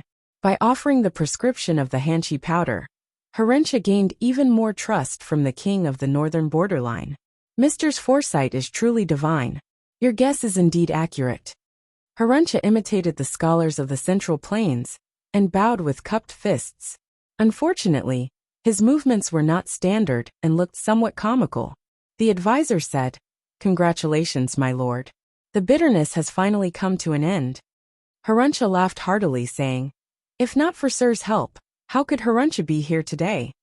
After bragging to each other, Haruncha rubbed his hands and asked his advisor, "Sir, what should we do next? That old man Wu Liba is not easy to deal with. I'm afraid he will make a comeback. A centipede dies, but does not fall down. No matter what, Wu Liba was a famous sage of the northern borderline." I have never heard of him," Wei Xi said. "Of course you have not heard of him, because this person is in his 40s and is not famous yet." Although he was not famous, Wei Xi was very clear that Sun Zidao was a tough character to deal with. A great talent matured slowly, entering the Nie family of Zhongzhou at the age of 48, suppressing countless geniuses, and securing the position of the chief military advisor. If the Nie family was able to expand rapidly in the early stages, it was all because of that genius who died young. In the later stages, it was because of Sun Wen that they were able to dominate a region. When Feng Zhen heard that Sun Wen was still mediocre in his 40s, he was surprised, but he did not show it on his face. If this Sun Zidao was not capable, Zixia would not have mentioned him on purpose, right? Wei Xi nodded. This person matured slowly. Although he is old, in terms of scheming ability, I am inferior to him. He was better at internal affairs and was weaker at scheming. Sun Wen was the complete opposite. If that is the case, then how did he become an escaped slave? Or was he an escaped slave from Zhongzhou? Wei Xi said, "This is a long story. Sun Wen was a low-ranking official in Zhongzhou. Logically, he would not have offended any important people. However, he had a clever son who showed off his abilities, but did not know how to restrain himself. During a gathering, Sun Wen's son accidentally offended the Nie family of Bianzhou and was convicted because of his words. Sun Wen's son was beaten and his leg was lame. He caught a cold on the way to his banishment and died. Sun Wen's wife died of illness out of grief, and his daughter-in-law. In order to survive, Sun Wen could only take his young grandson and escape. They begged everywhere, and ended up in Dongqing. Wei Xi could never have imagined that Sun Wen, who was known as the wise man of the Nie family, would end up in such a pitiful state. Even in his previous life, when Sun Wen was defeated, he carefully burned incense, bathed, wore new clothes, and committed suicide with a smile. Wei Xi had seen Sun Wen's body, but he could not connect the Sun Wen in his memory with the pitiful old man he saw. This is also a pitiful state, Feng Zhen sighed. But what does this Sun Wen have to do with you not agreeing to evacuate the merchants? Chapter 932. The 15th of August. The moonlight shone like water and a mirror. Bianzhou of the Jiang dynasty. Bianzhou was a picturesque place with small bridges, flowing water, and houses. Every scene seemed to exude a lingering poetic feeling. Thin smoke shrouded the sky above the small town. Figures swayed in the buildings with white walls and black tiles. The waterside pavilions were arranged in picturesque disorder. This was a small town frequented by literati. The people lived and worked in peace and contentment, and no one picked up anything they left behind on the road. Most of the town's residents had experienced tragic times. They cherished their current life and faced it with a smile at all times. One day, a family of 3 came to the small town. The man, although old, could still vaguely see the elegance of his youth in his eyes. He was gentle, refined, and dignified. The woman was about the same age as the man. She stood there, emitting an aura of 8 meters. She looked heroic and elegant. As for the handsome young man who inherited his parents' good qualities, his facial features were exquisite, like a gift from the gods. The family's appearance was comparable to that of immortals. The town's residents were all ordinary people. Occasionally seeing someone with good facial features would shock them, not to mention a real immortal. This family settled down in the small town. The man opened a bookstore on the street, selling ink, paper, inkstone, zither, chess, calligraphy, and other trinkets. The woman had nothing to do. She would either ride her horse through the streets or stand in the bookstore, staring at the man until he turned away. Although the couple was a little strange, it did not stop the town's residents from eyeing their son. East of the city, Minister Lu only had one daughter. She was tall and sturdy with an ugly face and a fierce temperament. The strong men took a detour when they saw her.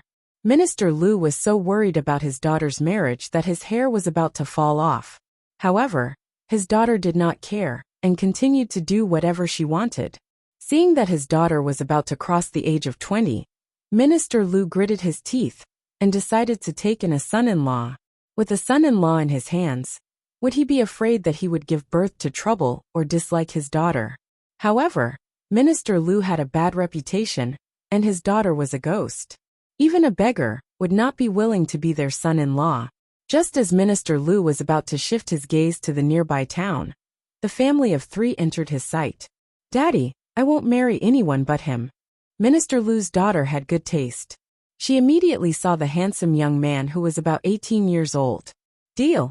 Father is here to propose a marriage for you today." Lu Yuanwei patted his chest and agreed. The 15th day of the 8th lunar month was the national day of reunion.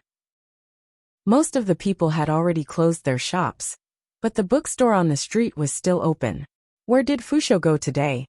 When Officer Lu came to the door with Iceman to propose marriage, he heard the woman sitting on the counter from afar and turned his head to ask the man inside.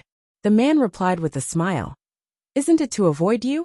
This person was actually over 50 years old, but from his appearance, he seemed to be less than 40 years old. "Why are you avoiding me?" The woman boldly propped up one leg and placed it on the counter, completely ignoring the gazes of the outside world. She said, "In the past, I was too busy to look at him, so he felt sad in private. Now that I've been watching him every day, he's hiding faster than a rabbit. Distance makes the heart grow fonder." The man smiled. "He doesn't like to practice martial arts. You beat him all day. How could he not hide?" The woman raised her eyebrows. "Fusho is already 18 years old. His arms can't even pull a stone bow. How shameful it is. His sister can beat him 10 times with one finger. Do you believe it? He actually dares to hide from me. How dare he? I should really throw him to his sister's place to train." The man said, "What's the difference? He just escaped from the tiger's den into the wolf's den? You're too lenient with him. If he doesn't listen, just beat him up. If one doesn't work, then beat him up again. There's nothing that can't be solved with a fist." The man said faintly, "If you're willing to beat him up, why would you bother me here? Now you think I'm annoying?" The woman quickly changed the topic, perfectly demonstrating what it means to say wind is rain. "Ahem. Lanting, don't let people see you as a joke. What did you call me?" "Well, Pung Pung, don't make trouble." "No, I want to make trouble." The man looked at Officer Lu as if he had seen his savior. Officer Lu straightened his chest and was about to walk into the bookstore when he saw the rude woman holding an abacus blocking his way. "Can't you see that I'm dealing with family matters?" The woman threw a look at him, her eyes brewing a frightening sharpness. Officer Lu was so scared that he took a step back. After a while, Officer Lu felt that something was wrong. He was here to propose marriage. He motioned for Iceman to come forward and state his purpose. In his opinion, this family of 3 was just an outsider with no local relatives. How could they fight against a local snake like him? Iceman chuckled and stated his purpose. The expressions of the old couple changed. The man looked up at them and asked with a smile, "Marry into our family?" The woman said, "Propose marriage? To whom?" Officer Lu said, "To your son, of course." The woman laughed and said, "Look at your face. Even if you marry a fairy-like wife, your daughter won't be any better, right? Who gave you the courage to come to my son's house and propose marriage?" "I've been avoiding arrogance and impatience recently. I don't want to get angry. If you know what's good for you, get lost." How could Officer Lu not hear that she was mocking him for being ugly? He was so angry that his whole face kept twitching. "You two don't want to live here anymore, do you? Hey, you're threatening me, right? Hey, Asii, how many years has it been since someone dared to talk to me like this?" The man who was named said, "It seems like a long time." Officer Lu said, "Don't refuse a toast only to drink a forfeit." "Okay, I'd like to see how you're going to make me drink a forfeit." The woman smiled and jumped off the counter. She was about to roll up her sleeves and go forward, but the man hurriedly raised his hand to stop her and pushed her behind him. That's enough of you. Your body has just recovered a little, and you want to mess around again. You're 51 years old, not 15, the woman said. It's not that I want to criticize you, Wei Zixiao, but you're still so cocky after leaving the capital. How dare you control me? The man said. Who was the one who made the rules with me before? The woman was speechless. She muttered to herself with a look of resentment in her eyes. Zixiao, you've changed. The man said. If I didn't change, wouldn't you fly into the sky after leaving the capital?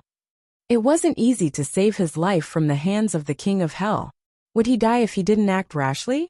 Officer Liu, who was completely ignored by the couple, looked like a palette of colors. Before he left, he said angrily, the county magistrate and I are brothers-in-law. Just you wait. Oh, the woman raised her eyebrows. If that's the case, then thank you. Officer Liu was dumbfounded. Why were they thanking him? A few days later, Officer Liu's brother-in-law, who had become a commoner, gave him a hard slap. You incompetent bastard. The bookstore on the street had a new owner. In the suburbs, the woman rode on the back of a donkey, the man sat in a carriage, and their child walked on 2 legs. Father, I want to ride in a carriage. It's no use even if you call me mother, the man said. Mother, I was wrong. It's no use even if you call me father, the woman said. The sun was setting, and the bells were ringing softly. The family of 3 gradually drifted away. The scene was distorted, and the figures were blurred in front of him. The distant voice seemed to come from the sky. Blood splattered all over the soft mattress, but none of the officials were able to stop him in time. He used up the last of his strength and turned his gaze to a certain place. His body became colder and heavier, and he gradually closed his eyes. Peng. Chapter 933. Jiang Pingji felt dizzy, like a rootless duckweed floating in the vast sea. Lu Shi's body was that of an ordinary person after all. He would become weak when he was old, which was something Jiang Pingji could not resist. He could almost hear Jiang Yan's cries, as well as the shouts of the officials, whether sincere or not. Forget it, Jiang Pingji's consciousness was blurred. She felt endless regret, and let the darkness engulf her consciousness. After some time, she felt a sense of crisis. She subconsciously jumped away from the attack. Her agility surprised her. Jiang Xiaojiu, your skills have regressed by more than a little. Who is it? Jiang Pingji heard a strange woman's laughing voice. It took her some effort to stabilize her body. It was so dazzling. The light around her was unusually bright. Jiang Pingji, who was used to the dark, was particularly uncomfortable. She even shed physiological tears. Who are you? Jiang Pingji blurted out. She subconsciously used her interstellar mother tongue that she had not used for many years. The woman was surprised and said sarcastically, Tisk tsk. You were only injured once. How could you forget your old boss? Old boss? Jiang Xiaojiu? The 2 unfamiliar yet familiar words were put together. It was like 2 pairs of hands combined into one, unlocking the dust-laden memories of many years. She took a long time to adapt to the surrounding light. She was shocked to find that she was in the medical center of the federal military. She looked at her arm. She was also wearing the blue and white hospital gown of the medical center. What happened? She blinked her eyes quickly. She could not react until a person appeared in front of her. When she saw the person's face, Jiang Pingji subconsciously straightened her back and gave a federal military salute. Greetings, Chief. The other party stood in front of her, squinting slightly as he looked at her face carefully with a scrutinizing gaze. There's no problem with your spiritual fluctuation, the person said slowly. Otherwise, based on your performance just now, I would have suspected that your body was maliciously taken over. You've been in a coma for 3 months, but you're still alive. If you don't wake up soon, I'm afraid the 7th Corps will be sent in. The human alliance was not harmonious. There were political struggles between the various corps. Jiang Pingji was under her. If she did not wake up, who knew if an outsider would be sent to take over the 7th Corps? By then, even if Jiang Pingji had a chance to wake up, she might not. Because there were far more people who didn't want her to wake up than there were people who wanted her to wake up. Receiving the news that Jiang Pingji was seriously injured and in a coma, The woman had no choice but to interrupt her vacation and take over the 7th Corps. Thank you for your hard work, old chief. Jiang Pingji pressed her aching forehead with one hand. The memories in her mind made her unable to distinguish reality from a dream. That life was 30 to 40 years long, and it was already comparable to the previous years. After so many years, Jiang Pingji could only dig out her shallow memories and recognize that the woman in front of her was her old boss. As for more, she still needed time to dig deeper into her memories. Not at all, not at all. Cancel your sick leave as soon as possible and come back to take charge. The woman crossed her arms and leaned against the bed. She narrowed her eyes and said, "You should be more careful these days. The federal marshal election is approaching, and there are many people looking for trouble with you." Marshal election? Jiang Pingji was stunned. Was there such a thing? Wait, there really was such a thing. The old general in front of him had retired from the 7th Division and was originally going to enter the parliament to find a job. But who knew that the old general had contracted a genetic disease and would not live for long? For the sake of the political stability of the human alliance, the marshal election had to be held at the last minute. The old general was also on the list. As her successor, Jiang Pingji naturally belonged to her faction. Because Jiang Pingji was still in her prime and held military power, she had a lot of weight in the marshal election for the woman in front of her. As long as the marshal election was not settled, the battle surging in the dark would not come to an end.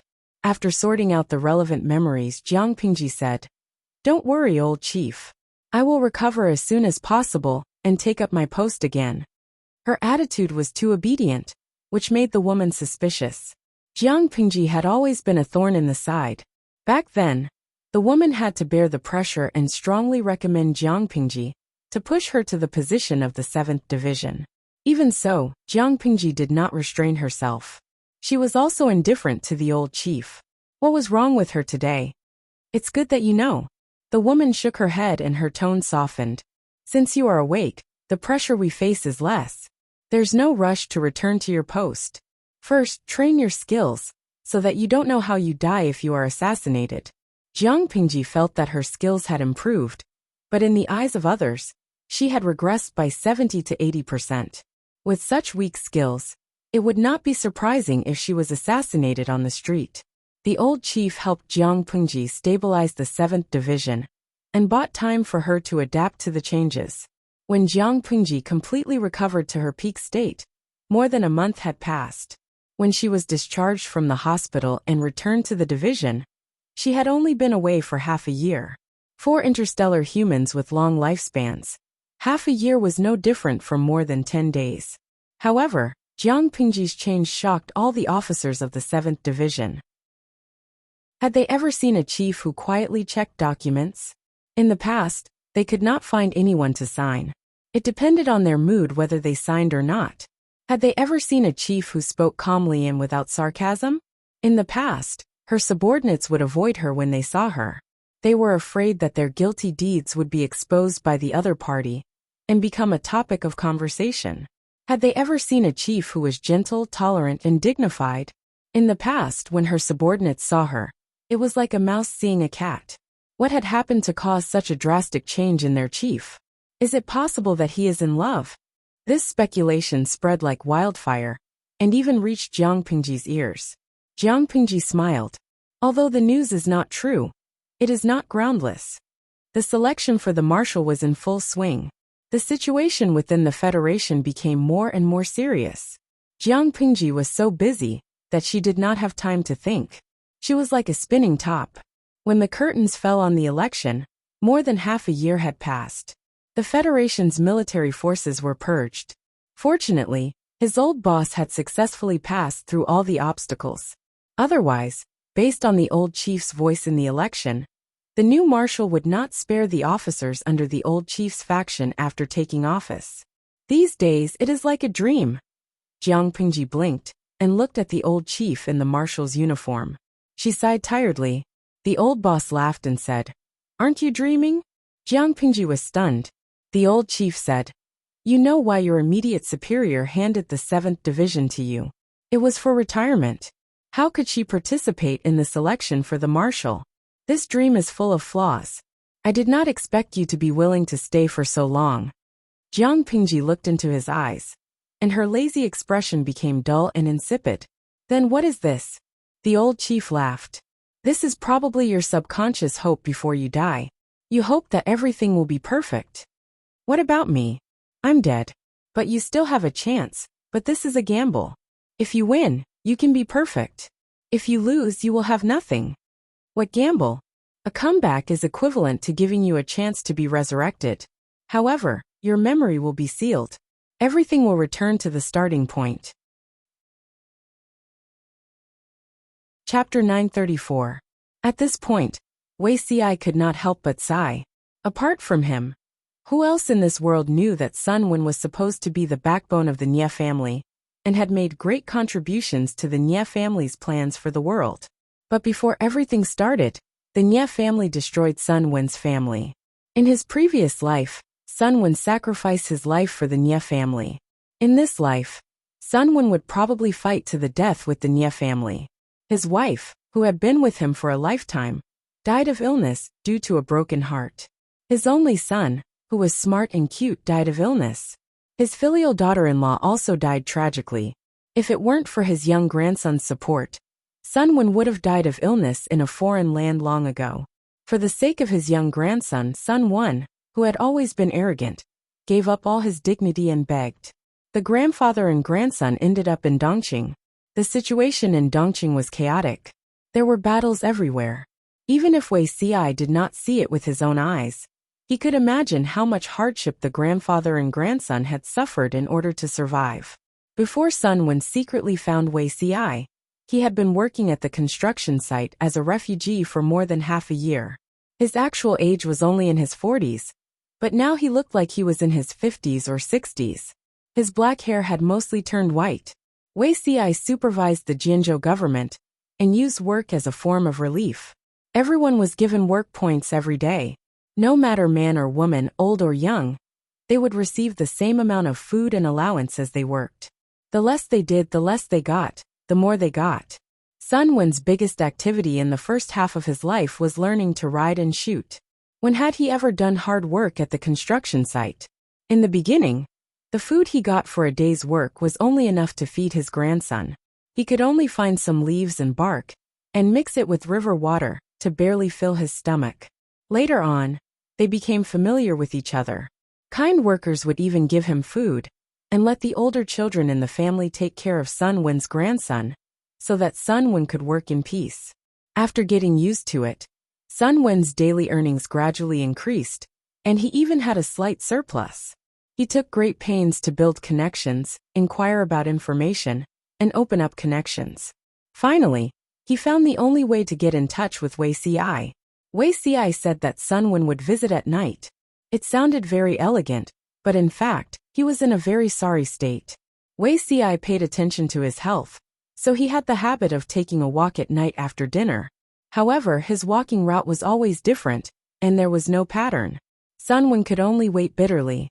After waiting for a long time, they finally caught the fat rabbit, Wei Xi. In order to amaze the world with a brilliant feat, Sun Wen even thought of many opening remarks to analyze Jiang Pingji's temper. He chose the most arrogant one. King Wen of Zhou met Lu Shang, and Lu Shang helped King Wu of Zhou to wage war against the Zhou dynasty. In my humble opinion, Lu Zhongqing lacks nothing but Sun Zidao. Who was Lu Zhongqing? Lu Shi.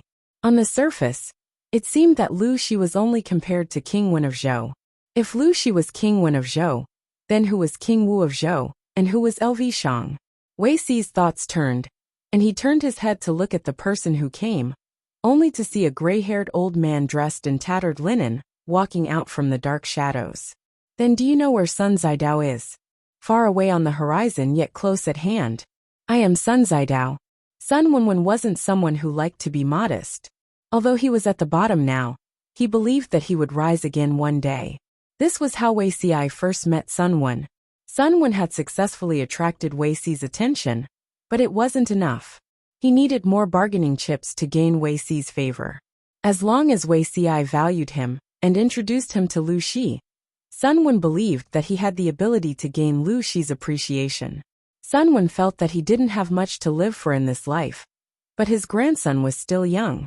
If he didn't secure a future for his grandson, how could he meet his wife, only son and daughter-in-law in the afterlife? Therefore, he could only succeed this time. Failure was not allowed. He was very lucky to have met Wei Ci. Even if Sun Wen didn't scheme, as long as Wei Ci knew his name, he would still introduce him to Lu Shi. Sun Wen offered his loyalty and entered the northern borderline as a slave to help Jiang Pingji complete her great undertaking. As for Sun Wen's grandson, Wei Ci sent him to Wanzhou to look after him and made him a transfer student to the Golden Scale Academy. Not only was he a hostage, but he also made a promise to Sun Wen. Wei Ci also promised Sun Wen that if Sun Wen unfortunately died in the northern borderline, he would adopt Sun Wen's grandson and take care of him as his own son. Without any worries, Sun Wen entered the northern borderline as a slave. In a few short months, he became the trusted advisor of the northern borderline's important minister, Harunsha. Everyone in the tent listened to Wei Ci's narration and sighed. They also admired Sun Wen a little more. He was indeed a talent. At the same time, they were even more afraid of Wei Ci. He had quietly placed such a terrifying spy in the northern borderline. It wasn't that Harunsha was stupid. It was clearly that the level of the spy that Wei Ci threw was too high. As for Hanqi powder, Feng Zhen glanced at Wei Ci. What was Hanqi powder? He had a deep understanding of it. Killing someone was just a matter of nodding one's head to the ground. Wei Ci actually used Hanqi powder to trick people. It was really well done. Zixiao usually looks like a decent person, but I didn't expect him to be a passionate person. Feng Zhen raised the wine cup on the table. Let's drink a big white wine. Jiang Pingji exposed Feng Zhen without holding back. If you are greedy and want to drink, just say so. Why drag Zixiao down? Zixiao's body is weak, and he shouldn't drink. Prepare goat's milk that has the smell removed. Remember to make it warm. Feng Zhen mocked. My lord is biased. Zixiao is weak too. How can you allow him to drink? After saying that, he threw a meaningful look at Wei Ci. When he saw Wei Ci's treasured painting scroll, Feng Zhen knew what this fellow was thinking. Now that the lord was taking extra care of him, Wei Ci should be overjoyed, right? Hypocrite. Unexpectedly, Jiang Pingji smiled guiltily and blamed herself. It was indeed my negligence. Someone change all the military advisors' wine into goat's milk. Feng Zhen was speechless. He wasn't a child who hadn't weaned off his mother's milk. Why would he drink goat's milk? Wei Ci, who was sitting opposite, took a sip of the sweet goat's milk. He threw a mocking look at Feng Zhen, who had fallen into his own trap. Serves you right. Who asked you to cause trouble? Go and drink your goat's milk. Qiguan Rang was the only one who put on a posture of watching from the sidelines. His eyes were slightly closed, as if he was taking a nap. Feng Zhen concluded that Wei Ci was lusting after his lord. Qiguan Rang was the opposite.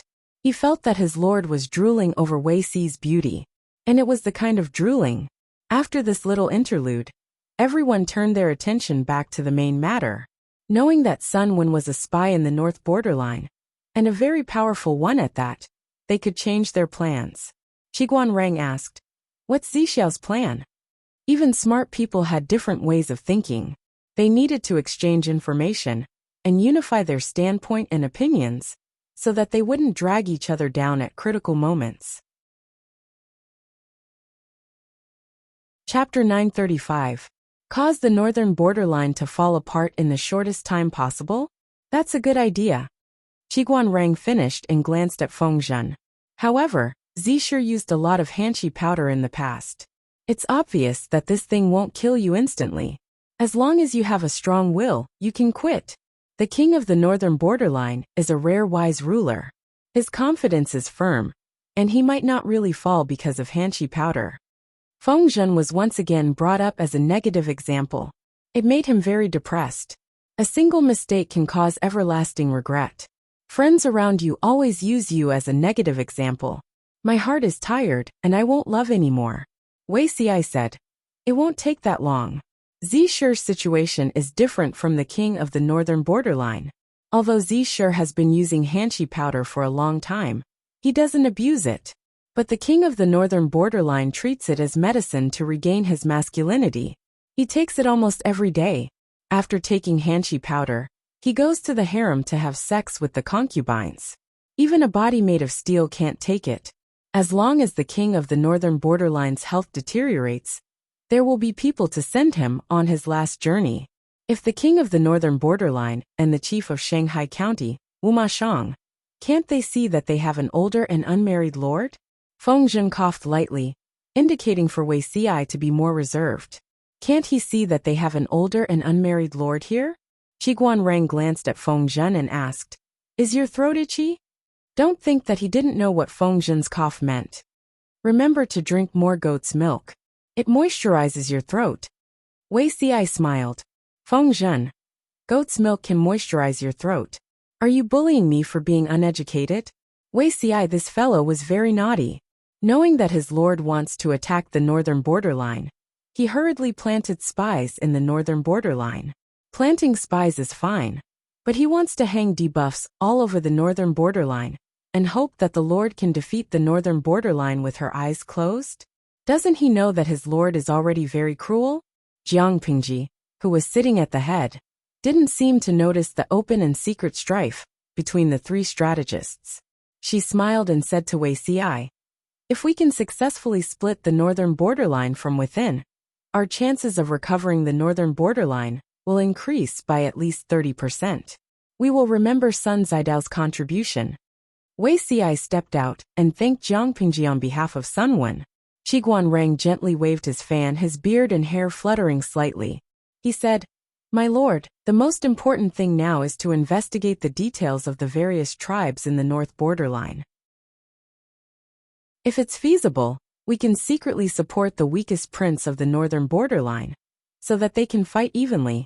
The more evenly matched they were, the longer the civil strife in the northern borderline would last, and the more benefits they would get.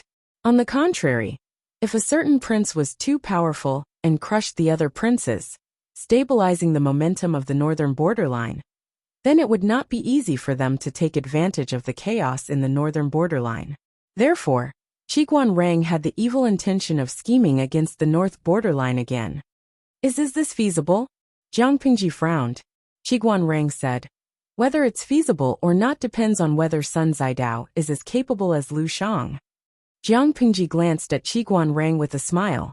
He held the fan handle in his hand, the fan slightly pressed against his knees, and his eyes were downcast. Lia's hoodie. Guessed the conversation between our streamer and little Rang Rang through their eyes? Fukidujuo. The host said, "I know you're jealous." Ziwen Dai. Little Rang Rang said, I'm angry, I'm going to ignore you." Yongya Tianshan. Simiai said, "Didn't we agree to cook this little frog? Why has the lord fallen in love with someone else?" Bo Xiaoyan. Feng Tian said, "It's supposed to be a two-person show, but I've become the fourth person." The audience in the streaming room expressed that the drama queen's performance was more exciting than the streamers.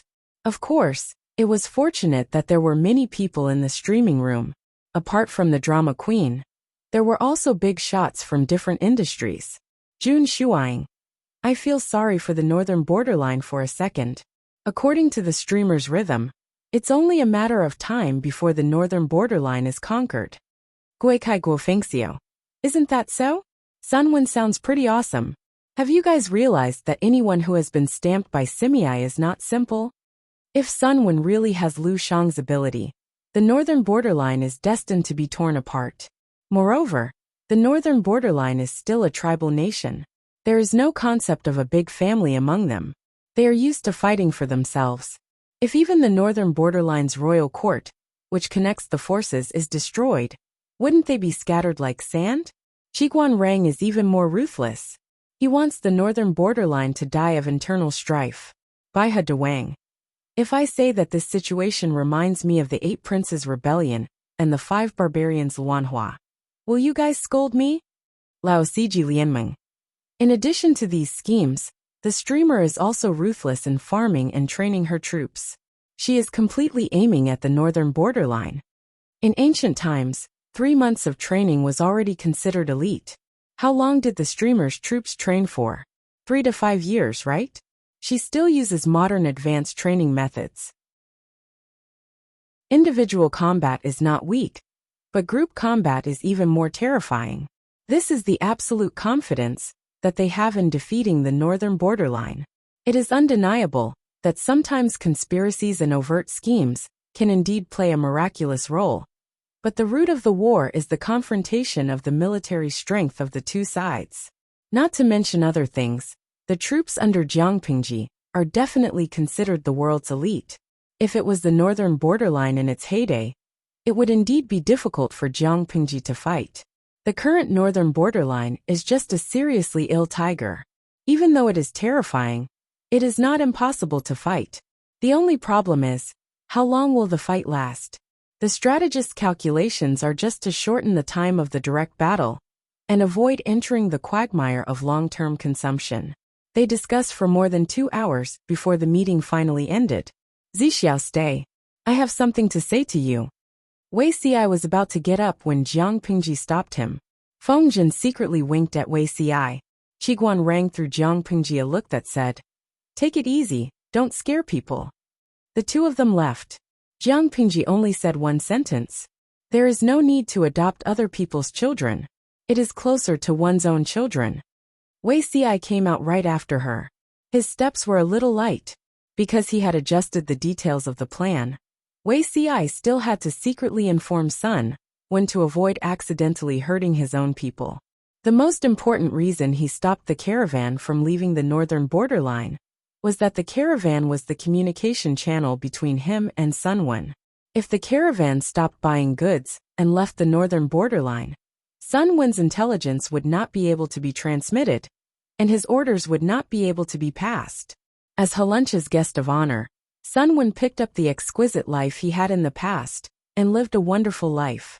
If only Wei Xi did not like to cause trouble so much, driving a wedge between the princes of the northern borderline. As expected, the dagger is revealed. How did Lu Shi subdue so many demons? Wei Xi had personally taught Sun Wen the secret code to communicate with the caravan. It was highly confidential. Ordinary people would only see a bunch of messy patterns in their hands. The style was similar to the ancient totems in the remote areas of the northern borderline. Even if it was seen by others, they would not be able to read it. Sun Wen spent a day memorizing all the notes. Only he could translate the real information. When he translated the real content, he secretly pitted the northern borderline for a second. Chapter 936. Now, Sun Wen and Jiang Pingji were two grasshoppers on the same rope. He would only be happy if the other party was happy. Putting all this aside, the tribes of the north borderline were still tribes after all. If they were allowed to enter the central plains, the people would be plunged into misery and suffering, and the Han people would not be able to protect them. Although there were people like Wu Liba who advocated Han literature in the north borderline, he was a minority. Most tribes in the north borderline were aggressive and destructive. Their destruction of civilization was far greater than their protection and development. Even Wu Liba only learned Han culture to understand the strengths and weaknesses of the Central Plains. He tried to use Han culture to invade the Central Plains and occupy the fertile land. The history books had already given the answer to the consequences of letting the tribes of the north borderline invade the Central Plains. Let's not talk about the past, let's talk about the recent history. The 4 factions of Nanman and the 3 tribes of the north borderline were all different tribes. After the former conquered Nansheng, not even a blade of grass grew. They slaughtered savagely, looted unreasonably, killed, humiliated, and committed all sorts of crimes. The bloody invasion had already aroused resistance and disgust from the Han people of the Central Plains. The 4 factions of Nanman were a lesson that must not be repeated in Dongqing. Sun Wen lowered his eyelids, hiding the glint in his eyes and his deep thoughts. Wei Xi told him what to do next, but did not tell him the detailed steps. He still had to plan everything himself. The king of the north borderline has 9 sons. Which one should I choose? It was not difficult to choose. The difficult part was to make the 9 princes fight evenly and ensure that they split the north borderline into several pieces. The eldest prince lost his mother at a young age. Although he is the eldest son, He is violent and licentious. He even has the hobby of beating Han slaves to death for fun. Sun Wen wrote the word big on the expensive Xian paper and quickly drew a cross above the word big. If he encouraged Huruntia to assist the eldest prince, he would not do so even if he was a fool. After all, the eldest prince was a pile of mud that could not be helped. Although he was wise and far-sighted when he was young, he had been too stupid in recent years. The second prince is brave and good at fighting, but his mother's tribe is too powerful. If he assists him, I'm afraid it will backfire. It's not appropriate. Sun Wen wrote the word second again, roughly listing the second prince's strengths and weaknesses, then crossed it out without hesitation. The third prince is quite close to Wu Liba, even shamelessly acknowledging him as his teacher and learning Han culture from him. Sun Wen pondered for a while. He had seen the third prince from afar. He looked gentle, but there was no lack of ambition between his brows. If he assisted this fellow, wouldn't he create a second troublesome Wu Liba and make things more difficult for his lord? Therefore this fellow was also inappropriate. The fourth prince was born to a female slave. His status was low and his bloodline was inferior. However, he was adopted by the queen of the northern borderline, who was unable to conceive him. His mother's family was powerful. However, the Empress's sister had given birth to the sixth prince, so the fourth prince would definitely be a stepping stone for the sixth prince. This could be considered. At the very least, he could instigate a fight between him and the sixth prince. We can think about it later. Sun Wen rejected 3 princes in a row, but he was barely interested in the fourth prince. He continued to count down. The fifth prince and the third prince were biological brothers, but the 2 brothers were obviously not of one mind and were hindering each other behind their backs. The sixth prince was the son of the current empress's younger sister, and his status was the most distinguished among the 9 princes. In other words, apart from the second prince who held the military power, the sixth prince was the most likely to compete for the king of the northern borderline. The seventh prince was very close to the northern borderline trading company. Because of his mother's tribe, he had a lot of dividends in the trading company and earned a lot of money. The seventh prince was not a concern, because this fellow was very close to the 8th prince and the 9th prince. Although they were not biological brothers, the 7th prince treated the 8th prince wholeheartedly. If he wanted money, he would give money, and if he wanted people, he would give them. At present, it seemed that these 2 princes could be divided into the same camp. As for the 9th prince, he and the 4th prince had the same mother, but he was not adopted by the Empress, so his status was very low. Sun Wen simply analyzed the situation of the 9 princes under the king of the northern borderline, and a general plan had already appeared in his mind. To be on the safe side, he planned to use a scheme within a scheme. On the surface, he supported the 4th prince, but behind the 9th prince, he would use the 4th prince to get rid of the other princes one by one, and then use the 9th prince to get rid of the 4th prince. As for how to get rid of the northern borderline princes, he needed to think carefully. It was best to kill several birds with one stone. He would not directly kill a few northern borderline princes, but he could further stimulate the conflict between them and the king of the northern borderline. At that time, then there will be a good show to watch. Sun Wen's face was expressionless. He placed the expensive but already ruined rice paper on the candle and burned it, erasing all traces. Wei Zixiao, oh Wei Zixiao, you must remember your promise. Only then can you live up to this old man's plan. Sun Wen's entry into the industry was a little awkward. If it had been earlier, he and his lord would have been able to nurture a friendship in times of adversity. If it was a little later, it would be the icing on the cake. Even if he couldn't make it to the top, Sun Wen didn't have much ambition. All he wanted was a place to stay. It just had to be at this time of year. The lord was preparing for battle in the north borderline. Although the chances of winning the former were quite high, it wasn't 100%. What if he lost? His grandson was still in Wanzhou. Sun Wen couldn't afford to gamble. Therefore, he could only do his best and risk his life to help Jiang Pingji. The image of his grandson's young and adorable face appeared in Sun Wen's mind. His cold and hard heart softened a little, but it soon became even harder and colder. Beijing must die. While Sun Wen was stirring up trouble in the north borderline, Jiang Pengji and the others were eating melons in the military tent. She was not eating watermelon. She was roasting sweet potatoes and sweet potatoes.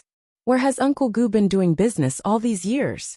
Jiang Pengji followed the instructions of the viewers in the streaming room and threw the sweet potatoes into the fire. At the same time, she turned her head to ask Gu Xian, whose face was full of vicissitudes. Gu Xian traveled north and south to do business. He often only replied to a letter once every 6 months. Jiang Pengji had no idea where he had gone. Gu Xian smiled and said, "He went to Beiyuan, Xichang and Shalan." The sweet potatoes were discovered at the border of Xichang, and the sweet potatoes were taken from Shalan. I asked the locals for advice, and brought their seedlings all the way back with great difficulty. I just want you to have a taste. Wei Xi was silent and didn't speak.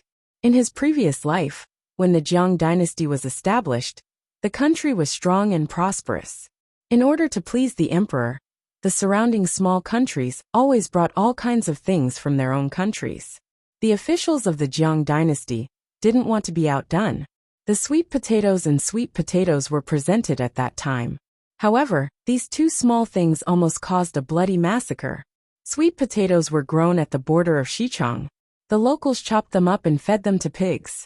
No one had personally tasted them. In the eyes of the locals, they were not food for humans at all. They were only fit to be fed to livestock. In Shalan, sweet potatoes were also eaten by the poor. They were lowly food in the wild. Yet these two lowly foods were served to the emperor's table as dishes for a state banquet. After she ate a few mouthfuls with relish, someone actually stood up and pointed out the truth. To this day, Wei Xi could still remember the silence in the hall.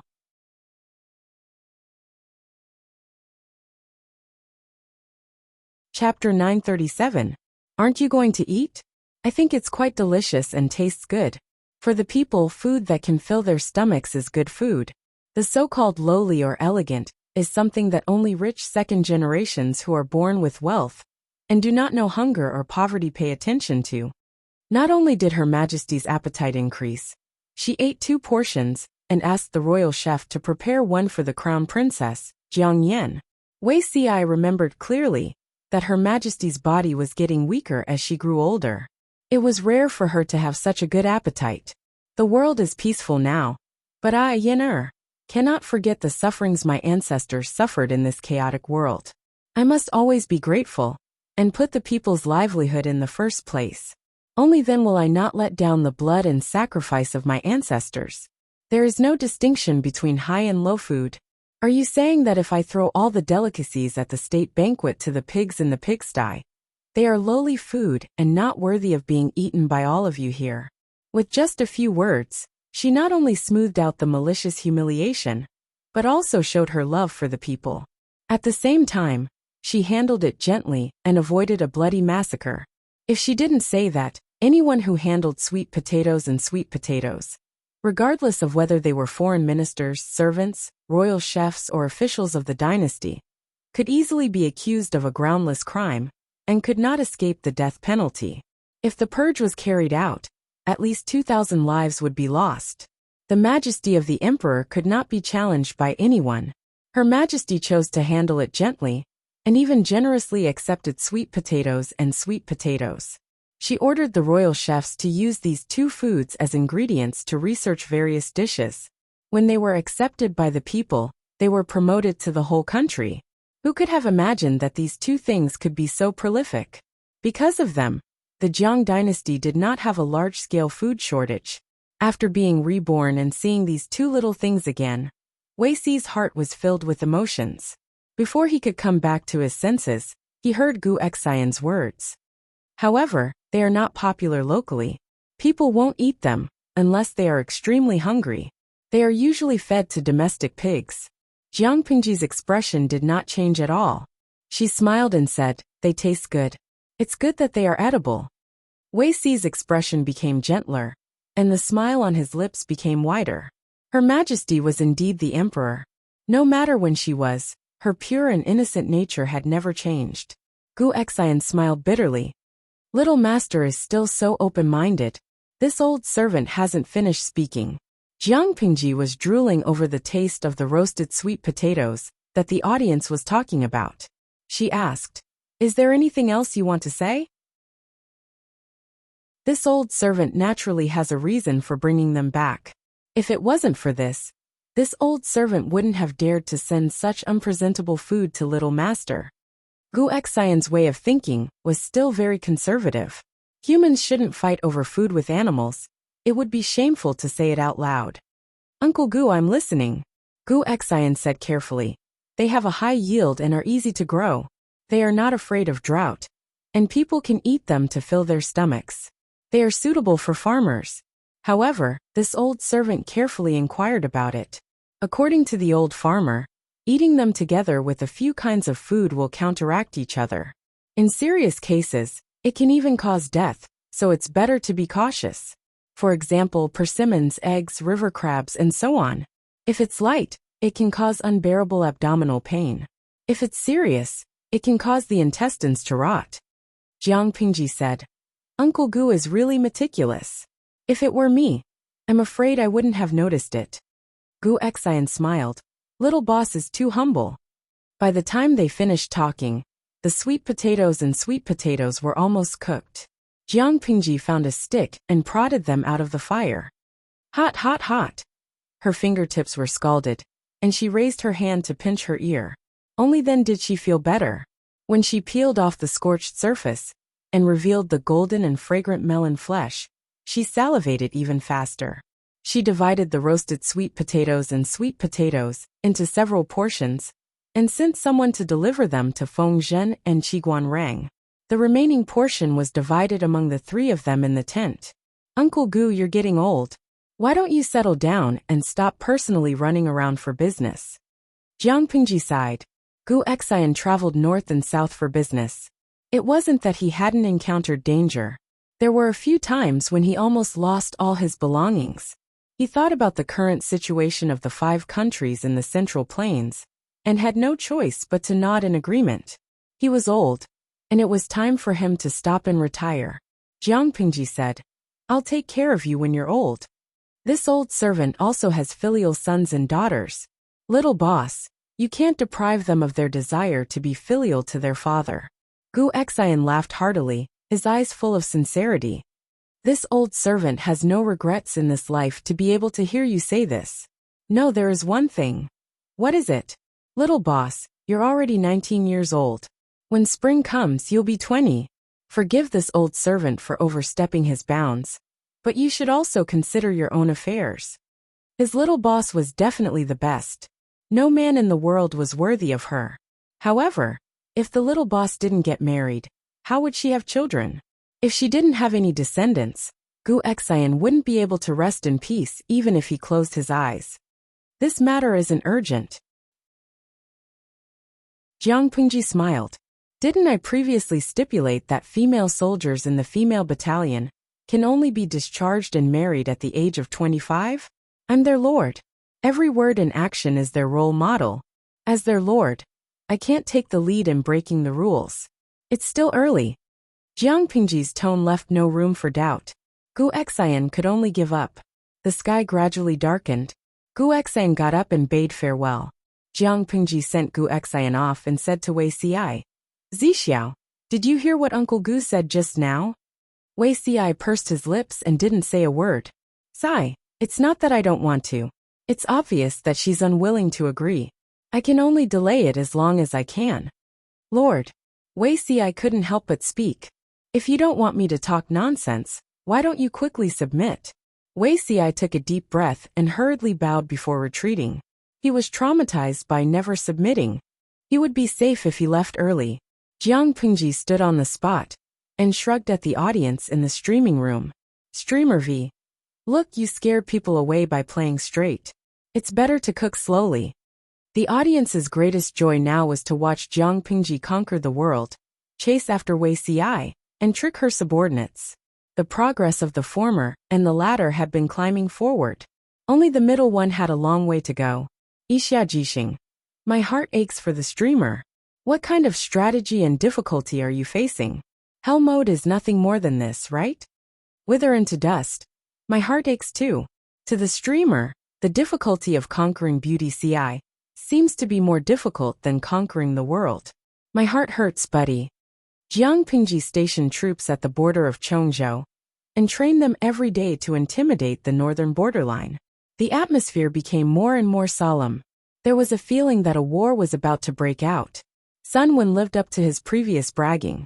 He played the political situation of the northern borderline in the palm of his hand. Following the incident of hunting deer and Partridge dying of illness, the conflict between the 9 princes and the king of the northern borderline completely surfaced. The northern borderline had the habit of autumn hunting to maintain their bloodthirstiness. Deeply influenced by the Han family's pursuit of deer, the king of the northern borderline also advocated hunting deer to show his supreme status in the northern borderline. In this year's autumn hunt, the deer was killed by the eldest prince. However, the arrow that killed the deer belonged to the second prince. The king of the northern borderline was so angry that his beard was about to fly off. He investigated and scolded his 2 sons, but in the end, he found out that the third prince was the culprit.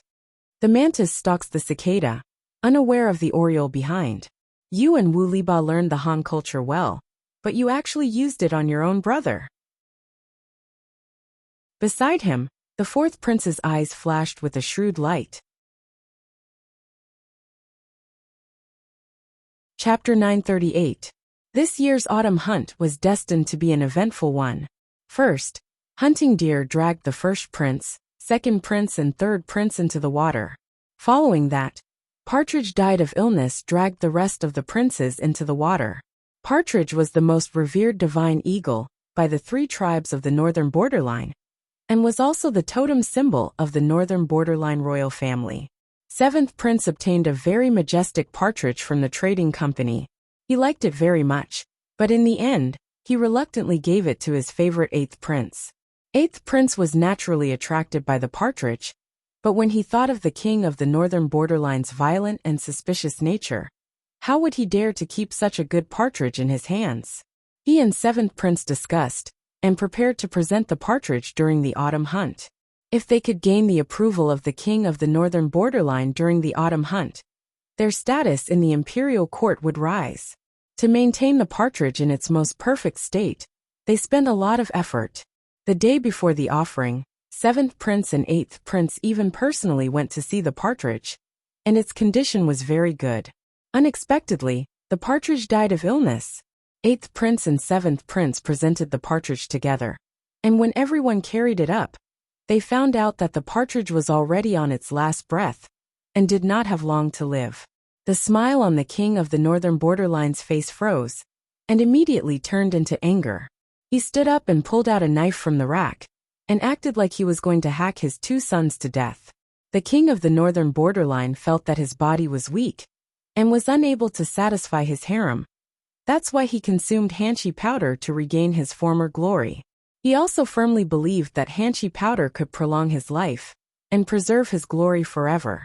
If it wasn't because he was old and weak, which man would like to consume tiger and wolf medicine? But now, his 2 good sons praised him as the king of partridge of the northern borderline, and then turned around to present him a partridge that was dying of illness. The king of the northern borderline was the overlord of the northern borderline, and a ruthless character. For power and status, he stepped on the corpses of his brothers and father, and led the northern borderline from a weak state to a strong state. To him, status and power were the most important. If his sons wanted to touch him, he would kill them. In such a short period of time, the king of the northern borderline was enraged, and the fingers on his right hand trembled uncontrollably. He thought that he would kill his 2 sons on the spot, but unexpectedly, his eyes rolled back and he fainted from anger. When the king of the northern borderline woke up, his anger was not as strong as before. Investigate.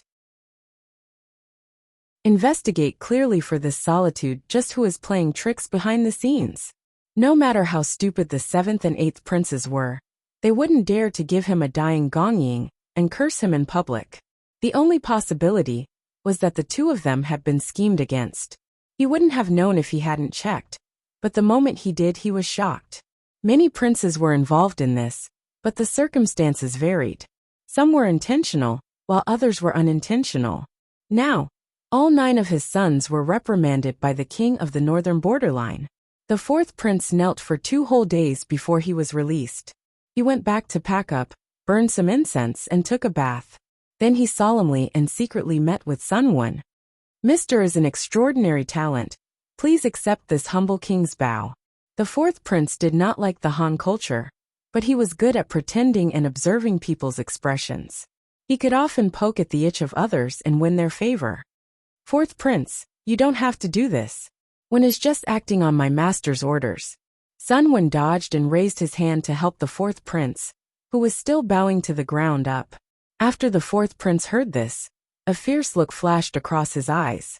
He admired Sunwon because Sunwon only had brains but no power, and he could control him. However, the 4th prince hated Herentia very much, and even wanted him to die, because Herentia was an important minister of the northern borderline. But now he was toying with the prince of the northern borderline. When he inherited the throne of the northern borderline, the 4th prince would put him in an important position, but Sunwon would not tolerate Herentia. This was also Sunwon's goal. He wanted to use the 4th prince to eliminate the other princes, and then provoke the conflict between the 4th prince and Herentia. Before the 4th prince's power grew, he would first urge Herentia and the 9th prince to join forces and get rid of the 4th prince. In the end, only Herentia and the 9th prince were left. When the time came, Sunwon had other arrangements. He would ensure that the northern borderline's royal family would be completely extinct. Thinking of this, Sunwon's old face raised a somewhat detached smile, just in time to meet the situation. This time, "Thank you for your guidance, mister. But this humble king does not understand one thing." The 4th prince secretly rubbed his knees. Bursts of pain spread throughout his body, making it impossible for him to kneel, so he could only sit on a small stool. Sunwon asked, "4th prince, please speak." The 4th prince said, "Mister, you have the talent to rule the world. You can remove this humble king from this matter. Why make this humble king suffer like this?" After kneeling for 2 days and 2 nights, not to mention his knees, just holding in his urine for 2 days made him extremely uncomfortable. Self-degradation is also a form of self-protection. Sunwon smiled. "You should learn this from your eldest brother. If everyone is involved, and only you are aloof, won't the target be too obvious? At that time, you will become the target of public criticism. Therefore you can only suffer." The 4th prince sighed inwardly. It was not that he did not know this, but he could not blame Sunwon for not doing a good job. "You mean, eldest brother used self-degradation to protect himself?" The 4th prince's eyes widened in surprise. The Han family pays particular attention to the eldest son. The 1st prince's biological mother is the first wife of the king. He is both the eldest son and the eldest son. Not only is he the oldest, but he has also been running his forces for the longest time. His mother's family is low-key and has not declined. Although the Han family's rules are not popular in the northern borderline, there are still important ministers in the court who like to follow this rule. At this time, the 1st prince is the target of public criticism. If he performs slightly better, not to mention the other princes, even the king will not tolerate him. In order to protect himself and plan for the future, he can only pollute himself and retreat in order to advance. The 4th prince did not agree, but Sunwon's words were clear and logical, so he had to believe him. He remembered that the 1st prince was indeed outstanding when he was young. "Thank you for your guidance, sir." In this case, he had to be wary of this eldest brother. The 4th prince consulted Sunwon for an hour, as if he had obtained a treasure. Little did he know that Sunwon, who was scheming for him, was a 4-way spy. He was truly loyal to Lu Shi. On the surface, he submitted to Herentia, but he secretly hooked up with the 4th prince. Deeper down, he was in cahoots with the 9th prince. How could he not be talented if he could have a foot in 4 boats with ease? When the atmosphere was almost ready, the two of them talked from the internal affairs of the northern borderline to the border. Speaking of the border, they had to mention the Lu family of Chongzhou, who was like a fishbone stuck in the throat of the northern borderline. After Lu Shi left, Lu Shi, who was even more difficult to deal with, came. The northern borderline must have offended the Tai Sui these few years. The fourth prince snorted and said contemptuously, I wonder what color Lu Shi's woman is, Sunwon said. It doesn't matter whether she is good-looking or not. What matters is that she has troops and power in her hands. The fourth prince glanced at Sunwon and said, Sir, you don't understand. Don't understand what? Sunwon asked, amused. The fourth prince confided in Sunwon, and even joked from time to time. He said meaningfully, For a man, there is nothing more interesting than conquering a woman who is difficult to conquer. The more difficult it was to conquer, the more enjoyable it was. Sunwon said calmly, Oh. He understood what the fourth prince meant, but at the same time, he felt a bit of disdain. Chapter 939. Sunwon despised the fourth prince in his heart, but his expression remained calm and composed. It was as if he would remain unfazed even if Mount Tai collapsed in front of him. The fourth prince seemed to have realized that he should not speak in front of Sunwon and leave a frivolous impression, so he quickly changed the topic. However, Sunwon controlled the tempo and successfully led the topic to the border. Master Sun, in your opinion, how should we deal with the Lu family of Chongzhou? The fourth prince coveted Jiang Pingji, but he wanted to use his male identity to gain a sense of superiority and boost his confidence. Returning to reality, he was only the son of a female slave. He had no right to speak to Jiang Pingji as an equal. Sunwon raised his eyelids and said calmly, Does the fourth prince think that the most important thing now is to deal with the Lu family? The fourth prince's expression froze, and he looked puzzled. The Lu family has stationed troops at the border, and looks like they're going to attack. Isn't that enough? Or do you think that we should first deal with internal strife? The fourth prince asked in a subtle manner. Was it more important to deal with Lu Shi, or to get rid of his brother, who was competing with him? Sunwon smiled and asked the fourth prince, If the Lu family sends troops now, how will the northern borderline respond? The fourth prince was speechless. She won't do that. Even if the northern borderline was a starving camel, it was still much bigger than a horse like Lu Shi. She was just a small duke, and she dared to attack the northern borderline? Who gave her the courage? Sunwon asked again. What if the Lu family does? The fourth prince said proudly, If she dares to come, we'll accept her. Sunwon smiled coldly, and the corner of his mouth curled into a mocking arc. Wrong. If the Lu family arrives, the northern borderline will be the one retreating. The fourth prince flew into a rage when he heard this. He was about to lose his temper when Sunwon said calmly, A horse plague destroyed most of the northern borderline's military strength. Wu Liba offered a plan to buy the maras from Songzhou at a high price, hoping that the northern borderline would recover quickly. It's a good idea, but he forgot that buying the maras at a high price gives the northern borderline a chance to be reborn. But it also puts them in an irrecoverable situation.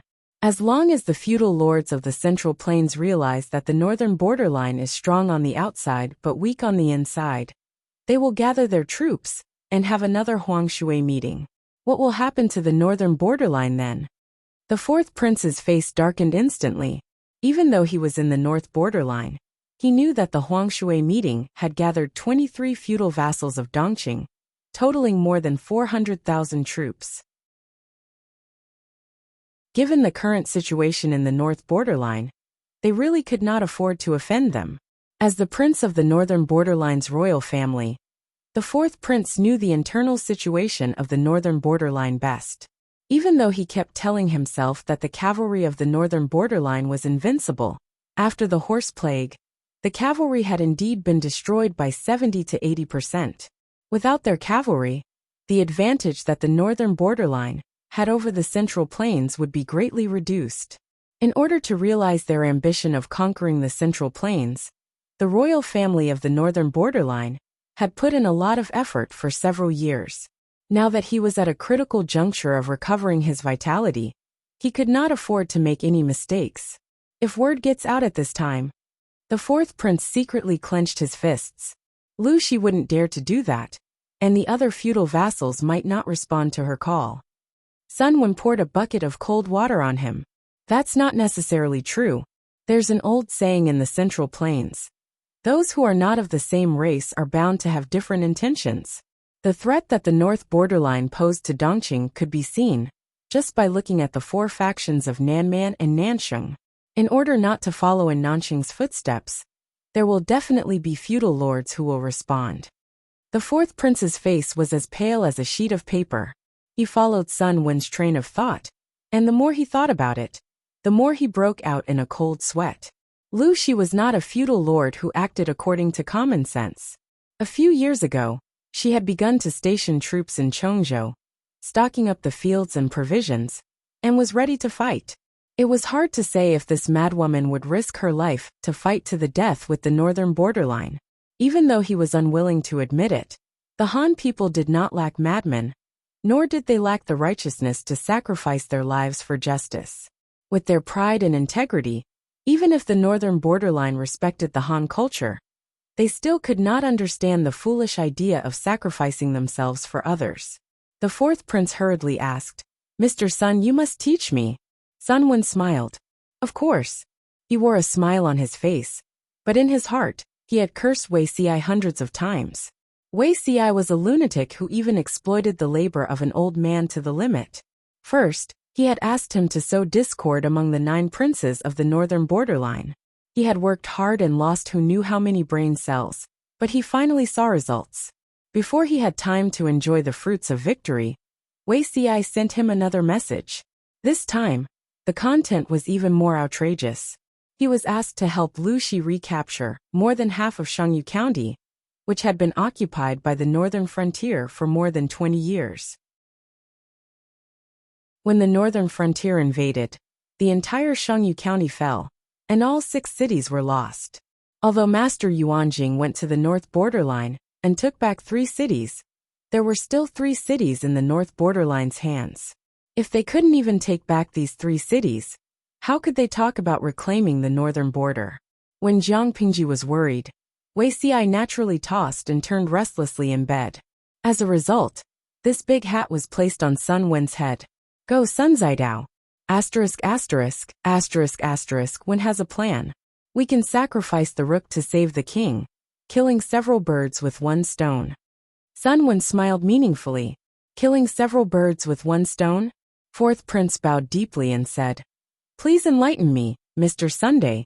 After listening to Sun Wen's analysis, the fourth prince felt as if he had seen the sun. Chongzhou had many soldiers and generals, and every one of them was an elite. There was even a rumor that this batch of elite soldiers had been trained for more than 3 years. What did 3 years mean? Regardless of whether it was the Central Plains or the northern borderline, soldiers who had been carefully trained for 3 months could be considered elite soldiers. Soldiers who had been trained for more than 3 years, what should they be called? The Lu family of Chongzhou was indeed a troublesome enemy. If they were not eliminated, it would be difficult to rest easy. Fourth prince, you also know that it is not advisable to start a war in the northern borderline now, but we cannot let Chongzhou see any clues. Sun Wen's deep voice traveled into his ears, like a teacher of an academy teaching earnestly. The fourth prince subconsciously straightened his back and listened attentively. If that is the case, we might as well take another path and sacrifice the rook to save the king. Aren't the 3 cities of Chongzhou and Shangyu County the best candidates to be discarded? After hearing this, the fourth prince felt a wave of displeasure. He looked at Sun Wen with a suspicious gaze. This Sun Wen before him was also a citizen of the Han family. Are you saying that we should abandon the 3 cities? Sun Wen acted as if he did not see the fourth prince's suspicion and wariness. He smiled mysteriously and said, "No." The fourth prince's heart sank. He pestered him and said, "Please don't tease me. Just say what you have to say." To the northern borderline, the 3 cities are not even of any value. The fourth prince interrupted him. How dare you say that? A murderous intent emerged in his heart. Sun Wen said, I'm afraid the fourth prince doesn't know the situation in the 3 cities. The Han people have either escaped or died. At the very least, they have been captured and sold as slaves. The fertile fields are idle, and no one cultivates them. The houses leak, and no one repairs them. The city walls are deserted, and no one guards them. Among the people in the city, How many Han people are doing business properly? To the northern borderline, how is such a place different from the slums? The three cities were already deserted and had no value. Even their strategic value was greatly reduced. The once prosperous cities were now just places where the northern borderline's horse bandits or criminals hid. The northern borderline was the same as the southern barbarians. Their nature of destruction and plundering was far superior to governance. They would rob, kill, and plunder. The only thing they would not do was run properly. Chapter 940. Even so, the fourth prince still threatened him with a sentence. Mr. Sun, aren't you afraid that I will punish you or even kill you for saying this in front of me? As soon as he finished speaking, the fourth prince's eyes emitted a terrifying killing intent, and the scimitar at his waist was already unsheathed. Of course I'm afraid. Who wouldn't be afraid of death? Although this old man is 46 this year, I haven't lived long enough. Sun Wen was calm and composed. He looked at Prince Roland with a faint smile, his eyes shining with wisdom and confidence. His eyes clearly conveyed a message. He was not afraid. He was not afraid of the threat of death from Prince Roland. He did not even think that Prince Roland would really punish him. The two of them stared at each other for a long time. The fourth prince gasped for breath, with beads of sweat dripping from his forehead. He raised his hand and sheathed his scimitar. Forget it. If Mr. Sun has anything to say, just say it. I will listen. After saying that, he sat back down unwillingly. How could the fourth prince be a match for Sun Wen when it came to scheming? In terms of mental fortitude, Sun Wen had attained the transcendent realm of being able to remain unfazed, even if Mount Tai were to collapse in front of him. In the end, Sun Wen won, completely dispelling the fourth prince's suspicions.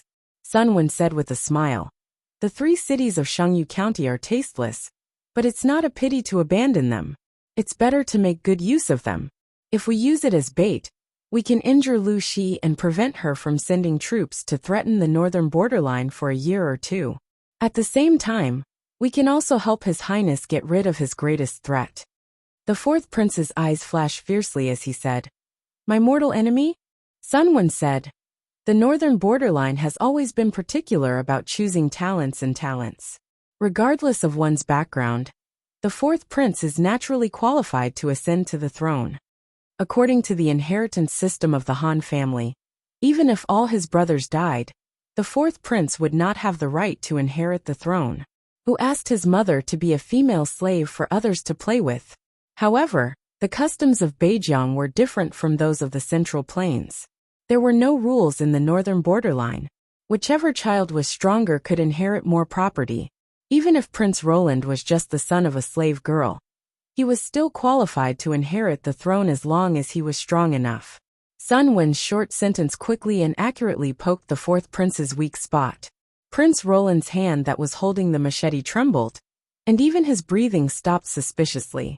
Of course, he knew that he was qualified, but being qualified did not mean that he had hope. His mother's clan was too weak and barren. His starting point was the lowest among his brothers. If he wanted to overthrow the 8 brothers around him and ascend the throne, he would have to overcome 5 trials and kill 6 generals. You think I have hope? The fourth prince's breathing quickened. Sun Wenning had laid out such an inescapable trap. If Sun Wenning helped him with all his might, it might not be impossible for him to inherit the throne. Where there's a will, there's a way. How would you know if you don't try? Sun Wen's expression was indifferent. He didn't show any joy or sorrow, as if he was detached from the world. Among the 9 princes, the second prince has the strongest army. If the fourth prince wants to lay his hands on the throne, he will be the first person you have to get rid of. The first prince was using self-defiling methods to protect himself, but he was also secretly accumulating power, so he had to be on guard. One had a plan, killing several birds with one stone, using the 3 cities of Shangyu County in exchange for Lu Shi being unable to mobilize his troops, and for the first and second princes to be crippled. Do you think it's worth it? If he said that to Jiang Pingji, she would probably have twisted his head off long ago. Do you know what it means to not give an inch of land? Even if the land was left to grow weeds, or turned into a cesspool, Others could not even think about getting a piece of it. Jiang Pingji had once used the muzzle of a gun to poke the forehead of a neighbor from the Federation in order to negotiate with him. The 7th Army Corps was one of the 3 main battle armies. She directly spoke to the messenger. Either he retracted his leg, or he started a war. Fortunately, the person Sun Wen was talking to was the 4th prince, and not the cruel Jiang Pingji. The 4th prince's eyelids twitched violently, and his heart beat wildly. He was about the same age as the 1st and 2nd princes. When he was young, he was bullied, humiliated and bullied by the 2. For the 4th prince, the 2 were like 2 mountains piled in front of him, so tall that it made him feel hopeless. At that moment, Sun Wen told him that he could get rid of the 2 of them, and even prevent Lu Shi from mobilizing his troops. Master, tell me quickly. The 4th prince clenched his fists nervously. Unknowingly, his emotions had been completely controlled by Sun Wen. Your Highness, come closer. Sun Wen lowered his eyelids, and the 4th prince hurriedly leaned forward to listen. Master Sun, please speak. Now is the end of the autumn grain harvest, and the grain is gradually being stored in the granary. The 2nd prince is impatient and eager for quick success, but he is not good at management. In recent years, the price of grain in the north borderline has increased greatly. He keeps so many private soldiers under him, and the grain has long been unable to make ends meet. The 4th prince, why don't you privately create a map of the granary in Chongzhou and reveal it to the 2nd prince? Within a year or 2, how will he have the energy to start another war? The 4th prince's eyes lit up. Yes, as long as the situation in the north borderline was peaceful for a year or 2. Master is indeed brilliant.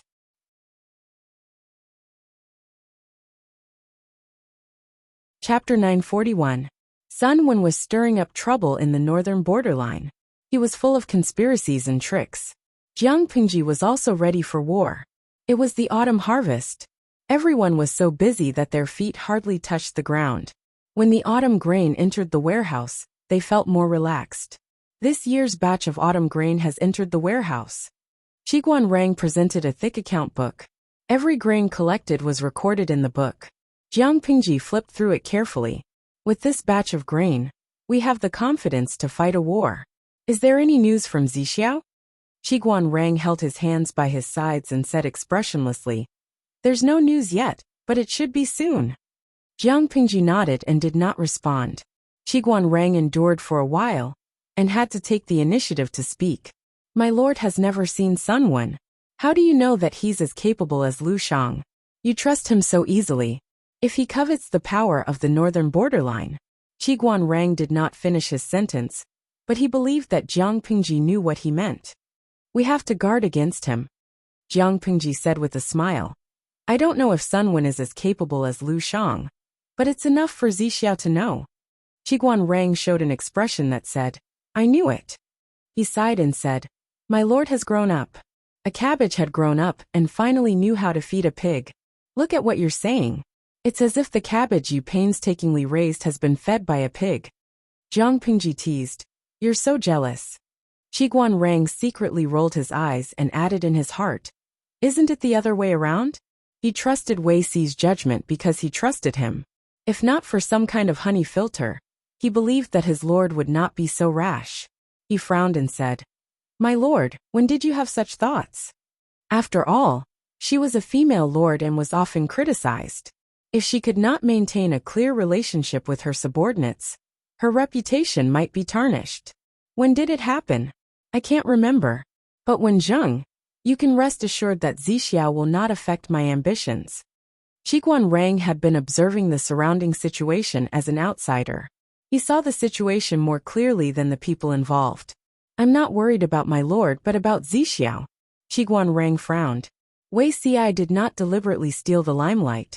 He did not have a strong presence. But after thinking about what he had done, no one could say that he was not a pillar. Such a talent shouldn't be buried. Nor should he be confined in a cage like a canary. If he didn't do that and allowed him to show off his talent, he would definitely die. Even if the Lord did not mind, would the other officials not have any thoughts about it? The most important thing for a faction was harmony and unity. Does it really have to be him? Asked Qiguan Rang. It has to be him.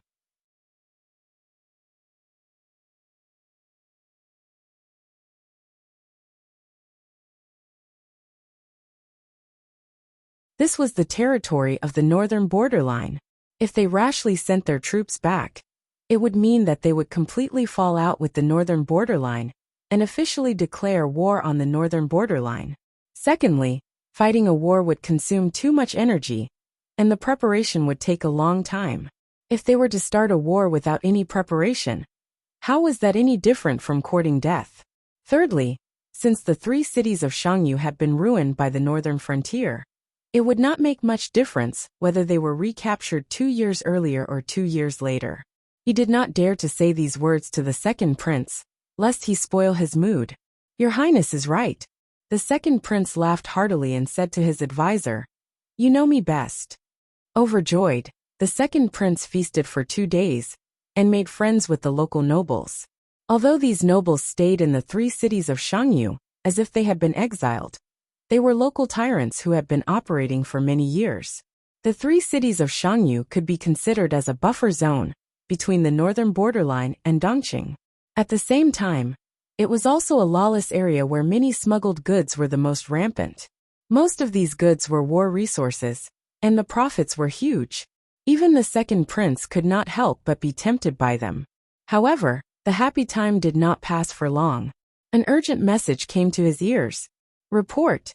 The loud and urgent voice of the messenger came from outside the room.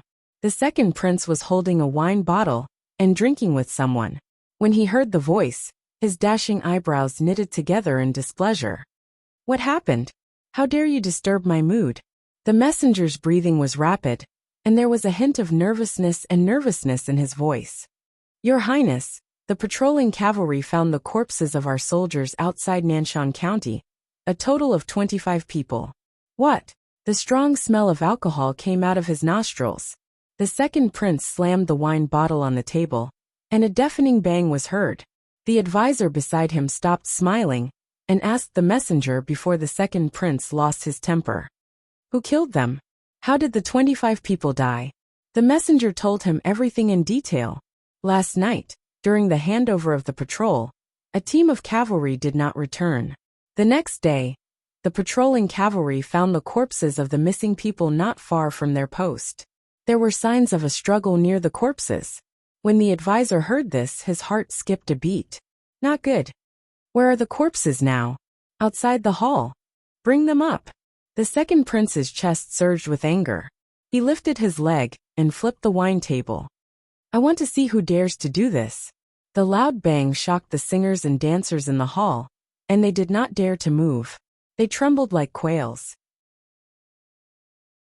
After a series of footsteps, the soldiers of the northern borderline carried the corpses into the hall. Other than the corpses, there were many clues found at the scene. The most important of them was a token. This token was none other than the token of a Chongzhou soldier. The weapons left behind, and the words carved on the weapons, all pointed to Chongzhou. After seeing this solid evidence, the second prince clenched his fists in anger and gritted his teeth. Lu Shi, I haven't found trouble with her, and she's already stirring up trouble. The second prince's anger soared. The advisor beside him groaned. Your Highness, we still need to investigate further. To conclude that Chongzhou's Lu Shi provoked us so hastily, what if it's not? Before the advisor could finish, the second prince interrupted him. What's so hasty about this? Besides Lu Shi, who else would do such a thing? Besides, even if Lu Shi didn't do it, so what? Sooner or later, I and Lu Shi will have to fight. The second prince volunteered to come to the 3 cities of Shangyu. He wanted to use the 3 cities as a springboard to sneak attack Jiang Pingji's granary. He wanted to rest for 2 days before making a move. Now that Chongzhou could not sit still and test them, how could the second prince tolerate it? The advisor was speechless. For some reason, he felt that this matter was unreliable. The second prince said, Lu Shi killed 25 of my men. I will repay him tenfold. The advisor's eyelids twitched violently. He watched as the second prince sent someone to invite the soldiers to discuss military matters. When I take over her granary, Lu Shi will have no more grain. Let's see how arrogant she can be then. According to the map, there were a total of 3 granaries. The second prince had already sent people to check these 3 places. Almost all of them had stored 2 million don of military rations. What did this mean?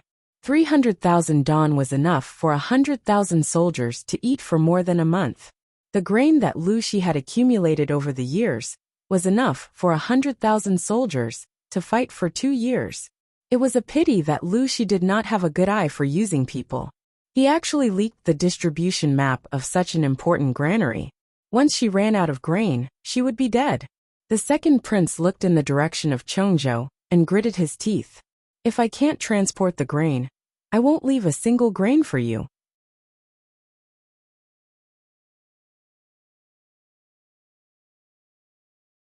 Lian also knew that the upcoming battle was to prepare for the northern expedition next year. His blood was boiling. How could he not respond? Very well. Everyone in the tent was her confidant, so it was impossible for them to raise any objections. Jiang Pingji said to Qiguan Rang, I'll have to trouble Wenjing to announce this declaration to the world, so that the world knows that it's not us who want to fight. It's the barbarians of the northern borderline who have gone too far. Qiguan Rang bowed to the end and said, yes. After going through the formalities, the next step was the crucial strategic deployment. The barbarians of the northern borderline have a set of fake maps of granaries. They are in Sangmo, Lijiang and Chaowu. The person leading the troops was the second prince of the northern borderline. This person was greedy and self-opinionated. He definitely wanted to eat up the 3 granaries worth of grain. However, the granary was huge, so this person would definitely mobilize a large number of troops, and even a large portion of the garrison. In this way, the defense of the 3 cities would be quite weak. Zhengtu, I'll give you 10,000 troops. Can you conquer the 3 cities in 2 days? Jiang Pingji raised her head and called Fu Wang's name. Fu Wang had been tense all along. When he heard his name, he immediately stepped forward. Yes, General. Using 10,000 troops to conquer the 3 cities of Shangyu, which Dongqing had been longing for more than a decade, in 2 days? If this was in the past, it would definitely be a fantasy. But now it was different. Jiang Pingji had calculated. According to the various conditions she had created today, it might not be impossible. The second prince of the northern borderline was too greedy. He had the idea of eating up the 3 granaries. It was impossible for him to rely on the 20,000 private troops that he had brought. In order to gather enough manpower, this person had to transfer the garrison of the 3 cities. Before the second prince's arrival, the average garrison of the 3 cities was about 10,000 people. After transferring a portion, how many people would be left? The 3 fake granaries had attracted most of the garrison forces, causing the 3 cities to be empty and weak. The 10,000 troops that she had allocated to Fu Wang were all elites who had been carefully trained for several years and were well equipped. They could definitely withstand such a concentrated battle. Not to mention 1 against 5, but 1 against 3 would not be a problem. If Fu Wang still could not conquer the 3 cities of Shangyu County before the reinforcements from the northern borderline arrived, it would be a disgrace to his reputation. Hanmei, Li Yin stepped forward and quietly waited for orders. Jiang Pingji said, I order you to lead 6,000 troops to ambush Lijiang. You must annihilate the enemy and not leave any loose ends. Yes. I plan to lead 6,000 troops to ambush Sangmo. After the enemy is annihilated, Hanmei and I will meet up and cut off the enemy's main force. There were 3 fake granaries, Sangmo, Lijiang and Chaowu. Among them, Chaowu's was the largest. It was almost the sum of the reserves of the other 2 granaries. After discussing with a few strategists, Jiang Pingji unanimously believed that the headstrong second prince would personally lead the troops to ambush Chaowu. After all, there was the most food there. The evacuation route was the smoothest. The second prince had a penchant for doing things himself and showing off his military strength. In conclusion, it was most likely that the enemy would lead the main force to ambush Chaowu. In order to delay time and confuse the second prince's judgment, Jiang Pingji placed a lot of food in Chaowu. Transporting the food would delay their marching speed. When Jiang Pingji and Li Yun waited and devoured the enemy's forces, they could take a shortcut to intercept and ambush the second prince's main force. It would be best if they could capture the second prince alive. If not, they would just kill him. They had to meet up with Fu Wang before the reinforcements at the borders of the north borderline could react. To prevent any accidents, Jiang Pingji ordered the remaining troops to stand guard. After assigning tasks to the generals, Jiang Pingji swiftly and decisively assigned tasks to the strategists. At that moment, the whole main tent was filled with a tense atmosphere. It even affected the viewers in the streaming room. Lao Siji Lianming. After so many years, I finally see the streamer's handsome side. Marinwei Zixiao. Hello everyone. Let me introduce you. This is my boyfriend, Lord Jiang Pingji. Zhu Gonggong Jiang Pingji. Oh my click. Beauty Wei Zixiamalan Danguzi. To the person above, are you trying to stir up trouble? Please respect such a hot-blooded scene. Guikai Guo Fengxiao. High energy warning ahead. Friends on the blue bullet screen, if you're not used to blood, you'd better leave the streaming room quickly. Let me say this in advance. Our streamer is very cruel. The content of her streaming would scare the timid people out of their wits. The viewers on the red bullet screen were delighted to see this. The viewers on the blue bullet screen were not to be outdone. Although they did not understand, they felt that it was awesome. How could they leave the streaming room and fulfill the wishes of the viewers on the red bullet screen? No, they would not leave. Finally, I've been preparing for more than 3 years. Everyone, it's all up to you. It was time to let the north borderline see her fangs.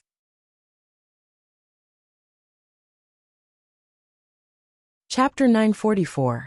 The night was gloomy, the moon was dark, and the wind was strong. Hearing that the second prince was going to fight in person, the guards and advisors around him felt like their heads were going to explode. Your Highness, your body is precious. Swords have no eyes on the battlefield. If you are accidentally hurt, we won't be able to answer to the king. His personal guards tried to dissuade him, and his advisors also echoed him. However, the second prince had a headstrong temperament and felt very good about himself. He said, I studied hard with the martial arts master. Even my father praised me as a warrior of the northern borderline. How can I be afraid of death? Before he was an adult, he had defeated his martial arts master, defeated several guards who were his sparring partners, and killed the enemy bravely on the battlefield. He always brought back a lot of trophies. He was the brave and powerful man of the northern borderline. How could the weak soldiers of the Central Plains hurt him? The northern borderline was not peaceful. There were many voices within. If a small tribe developed too fast, or did not obey the orders of the imperial court, it would inevitably lead to an expedition by the imperial court. However, such small fights were usually used for the second generation of the nobles of the northern borderline. The second prince had led troops on several expeditions, and won every time. This made him arrogant and complacent, and he could not even see his own abilities clearly. As a prince, it was enough to stay in the rear and wait for military achievements. Why did he have to go to the front to cause trouble and make things difficult for his teammates? Did he not know what his own abilities were? The advisors and guards repeatedly tried to persuade the second prince, but not only did they not persuade him, they even caused him to reprimand and insult. In the end, he stubbornly said, "No need to persuade me anymore. I have made up my mind." The more the people around him tried to persuade him, the angrier he got, and the more he wanted to prove himself. Lu Shi, a woman, could kill the enemy on the battlefield. He, a brave man of the northern borderline, was inferior to a woman? Wait until I catch Lu Shi myself. The second prince looked around and snorted, as if he was mocking. Although he was headstrong, the second prince also knew that his life was precious, and he would still listen to the advisor's arrangements in some areas. He asked the vanguard troops to change into the uniforms of the Han soldiers and raise Jiang Pingji's flag. It was best if they did not encounter the enemy, but if they encountered the enemy's patrol troops, they could use it to get away with it. The night was dark and windy, and it was suitable for robbery.